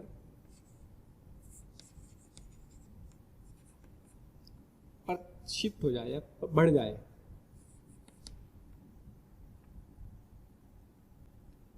ऐसा कर लो, बढ़ जाए। अगर इसकी जो अधिकतम उत्सर्जन है लैम्बडा MB, वो लैम्बडा MA से 1 माइक्रोमीटर बढ़ जाए तो लैम्बडा B ज्ञात करो। ठीक है भाई, लैम्बडा B ज्ञात करो। तो चलो जी करते हैं भाई। तो पहला तो सिंपल सॉल्यूशन उसी तरीके से करते हैं जैसे पहले किया था कि भाई हमारे पास पावर का फॉर्मूला क्या होता था, dq बाई dt का फॉर्मूला क्या होता था, dq बाई dt का फॉर्मूला होता था P equal to sigma E A t की पावर 4। ये क्या है हमारे लिए? ये कांस्टेंट दे रखा, सिग्मा कांस्टेंट, E अलग अलग है, एरिया कांस्टेंट T। यानी कि हम क्या कहेंगे? हम ये कहेंगे कि E इंटू टी की पावर 4 को कांस्टेंट बोल सकते हैं। तो E1 upon E2 equal to T2 upon T1 की पावर 4 या EA अपॉन EB बराबर TB अपॉन TA की पावर 4। चलो जी TB की वैल्यू रखो, यहीं से रख लो। चलो ये वैल्यू कितनी ई है 0.1, ये कितनी 0.81, और भाई टी बी निकालना है और टी ए दे रखा है 5802, इसकी पावर है 4, ये डेसिमल इससे कट जाएगा, इसकी पावर 4 लेंगे तो कितना आएगा T B upon 5802, T B upon 5802 से इसका फोर्थ रूट आएगा 3, 81 का फोर्थ रूट क्या आएगा 3 आ जाएगा। तो TB अपॉन 5802 बराबर 1/3, और TB कितना आ जाएगा भाई, TB की वैल्यू आ जाएगी आपके पास TB ये इतना कितना आया बाई 4 5802/3, और TB सोल्व करने पर 3 कम 3 बचे 2, 3 नम 27, 3 3 9, 3 चौक 12, 1934 केल्विन, इतने केल्विन का ताप बी वस्तु का था। अब ये कह रहा है कि भाई बी की वेवलेंथ लैम्डा ए से 1 माइक्रोमीटर बढ़ जाए तो बी का ताप बताना है ना। तो लैम्डा ए सेकंड पार्ट की बात करें, लैम्डा ए टी ए बराबर लैम्डा बी टी बी। तो लैम्डा ए कितनी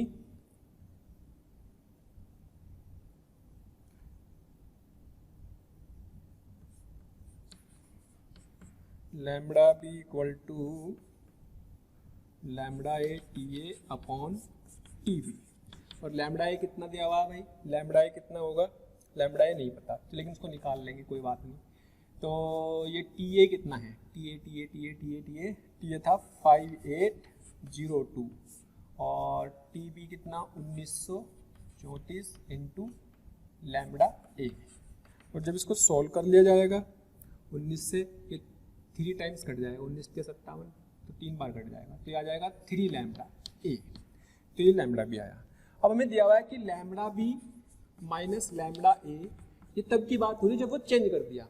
लैम्डा बी माइनस लैम्डा ए में 1 का अंतर है, या फिर आप कह सकते हैं कि भाई लैम्डा ए प्लस 1, तो लैम्डा ए प्लस 1। अब लैम्डा बी में लैम्डा ए की वैल्यू रख देंगे, तो लैम्डा बी बराबर lambda A equal to 3 lambda आ गया। तो lambda B equal to 3 lambda, हमें निकालना है लैम्डा बी। तो यहाँ पे लैम्डा ए को तो झुका तो रखो, और लैम्डा बी की वैल्यू कितनी 3 लैम्डा, तो यहाँ से आ जाएगा lambda A upon lambda B equal to lambda A की वैल्यू आएगी lambda B upon 3 plus 1। Solve कर लेते हैं इसको आगे, भाई हमें लैम्डा बी चाहिए ना, तो lambda B minus lambda B upon 3 equal to 1, यह आ जाएगा 2 lambda B upon 3 equal to 1, और लैम्डा बी की वैल्यू 3/2 दैट इज 1.5 माइक्रोमीटर। तो ये तब की बात है जब उसकी वेवलेंथ आपकी चेंज हो गई, और ये हमारा आंसर आ जाएगा कि इसकी वेवलेंथ 1.5 माइक्रोमीटर है। ओके, चलो और देखते हैं, छोटी सी प्रॉब्लम हो रहा है।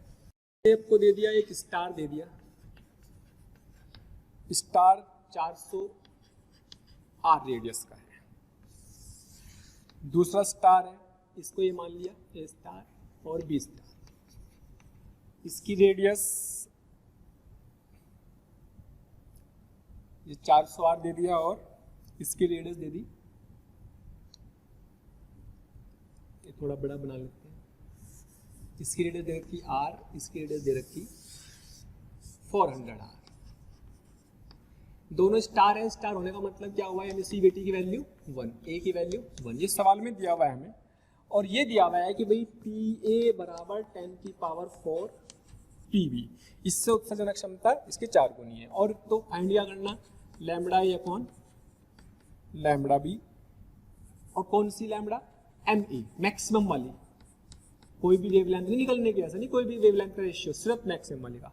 और अब हमें पता है, हमें क्या मालूम है भाई, हमें तो सॉल्यूशन में ये पता है कि P प्रोपोर्शनल टू होता है टेम्परेचर के, तो पी ए या P equal to sigma E A T की पावर 4। तो क्या क्या क्या क्षेत्रफल दोनों का अलग है, यस, क्या टेम्परेचर अलग है, यस इसका टेम्परेचर आपका स्टार है TA/TB का, लेकिन टेम्परेचर दिया हुआ नहीं, पर वेवलेंथ का रेशो पूछा तो रेशो में निकल जाएगा। वीन्स लॉ क्या है ये निकालना, तो lambda A M A upon lambda M B, ये निकालने का मतलब T M B upon T M A, sorry T B upon T A, तो यही तो निकालना।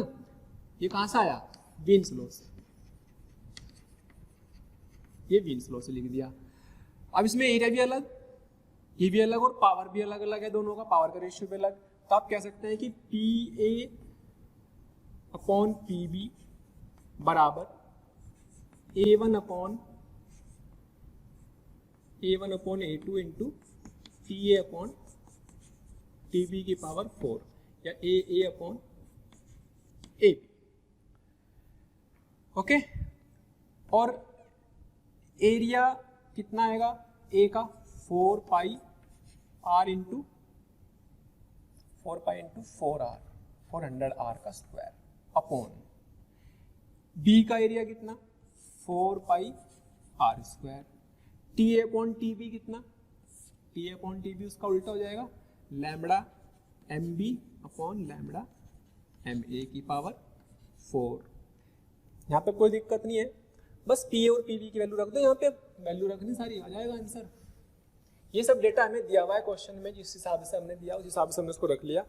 अब जैसा मान लो यहाँ पे PA की वैल्यू कितनी है 10 की पावर 4 PB अपॉन PB, और ये आ गया आपके पास 4 पाई से 4 पाई उड़ा दो और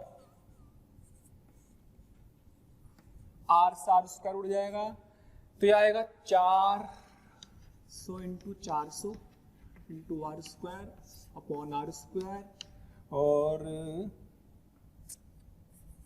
into lambda MB upon lambda MA की पावर 4। तो भाई जो कटता है काट दो उसको, उसमें क्या है 1 2 3 4, ये चारों जीरो इससे कट जाएंगे, यहाँ क्या बचेगा 4 चौक 16, तो ये बचेगा 1/16 बराबर lambda MB upon lambda MA की पावर 4, और जो है lambda MA upon lambda MB, तो 16 का 4th रूट दैट इज 2, 16 का 4th रूट ये आ गया 2। अगर आपसे टेम्परेचर का भी रेशियो पूछ लिए तो TB अपॉन TA वो कितना, वो भी 2 आएगा, उल्टा रेशियो भी आएगा है ना, TB अपॉन 2 टेम्परेचर का रेशियो पूछ लिया जाए वो भी आ जाएगा। क्लियर, तो इस तरीके से हमें वीन्स लॉ की एप्लीकेशन स्टीफन लॉ को मिक्स कर दिया वीन्स लॉ से, फिर स्टीफन लॉ भी लग रहा और वीन्स लॉ का भी यूज हो गया। बट यह ध्यान रखें कि लैम्बडा कौन सी है, लैम्बडा का क्या वैल्यूज है। ओके, एक छोटी सी प्रॉब्लम और देखते हैं अभी। जैसे मान लीजिएगा क्या दिया हुआ है, ऐसे एक ग्राफ दिया हुआ है,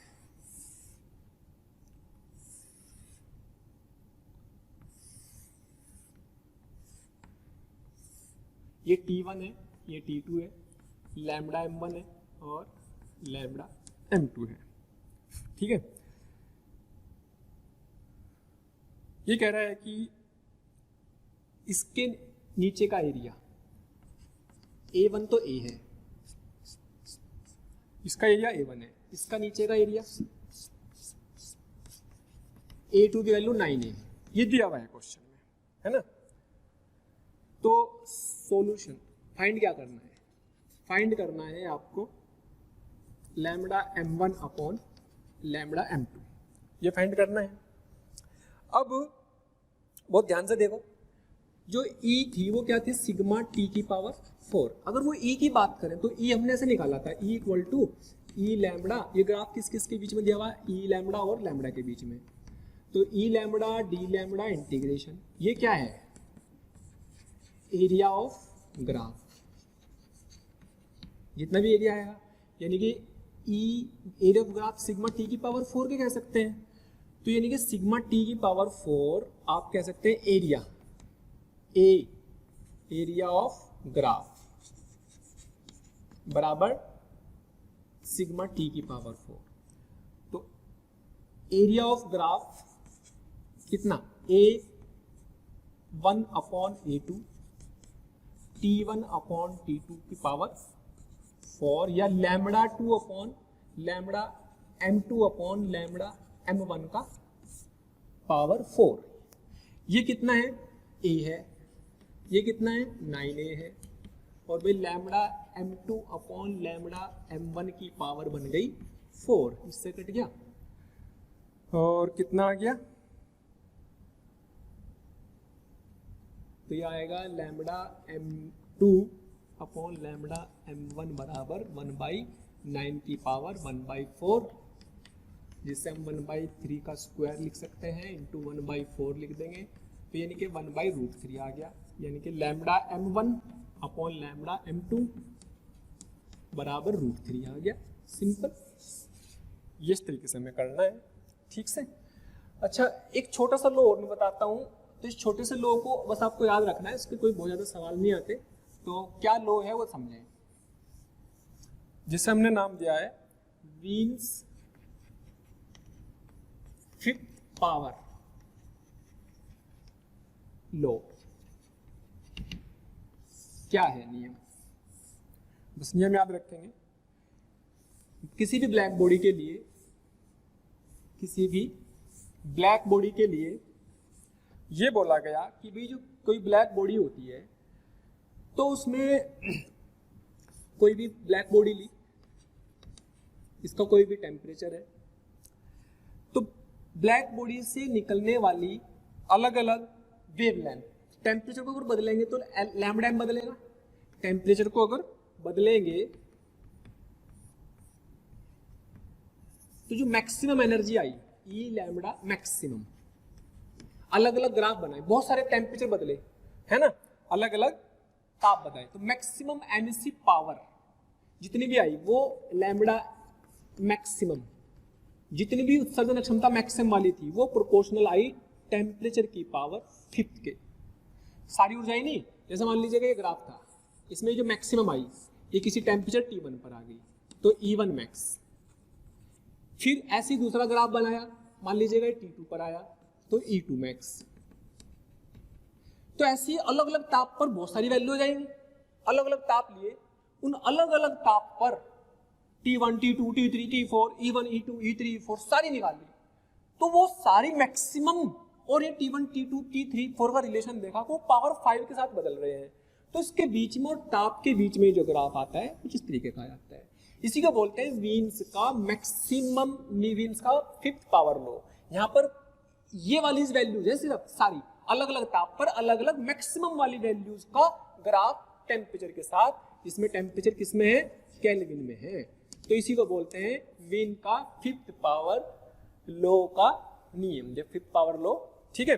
तो इस तरीके से आप कह सकते हो मैक्सिमम एमिसिव पावर बोल सकते हैं, मैक्सिमम उत्सर्जन क्षमता, खाली उत्सर्जन क्षमता नहीं है, मैक्सिमम उत्सर्जन अक्षमता, ठीक है।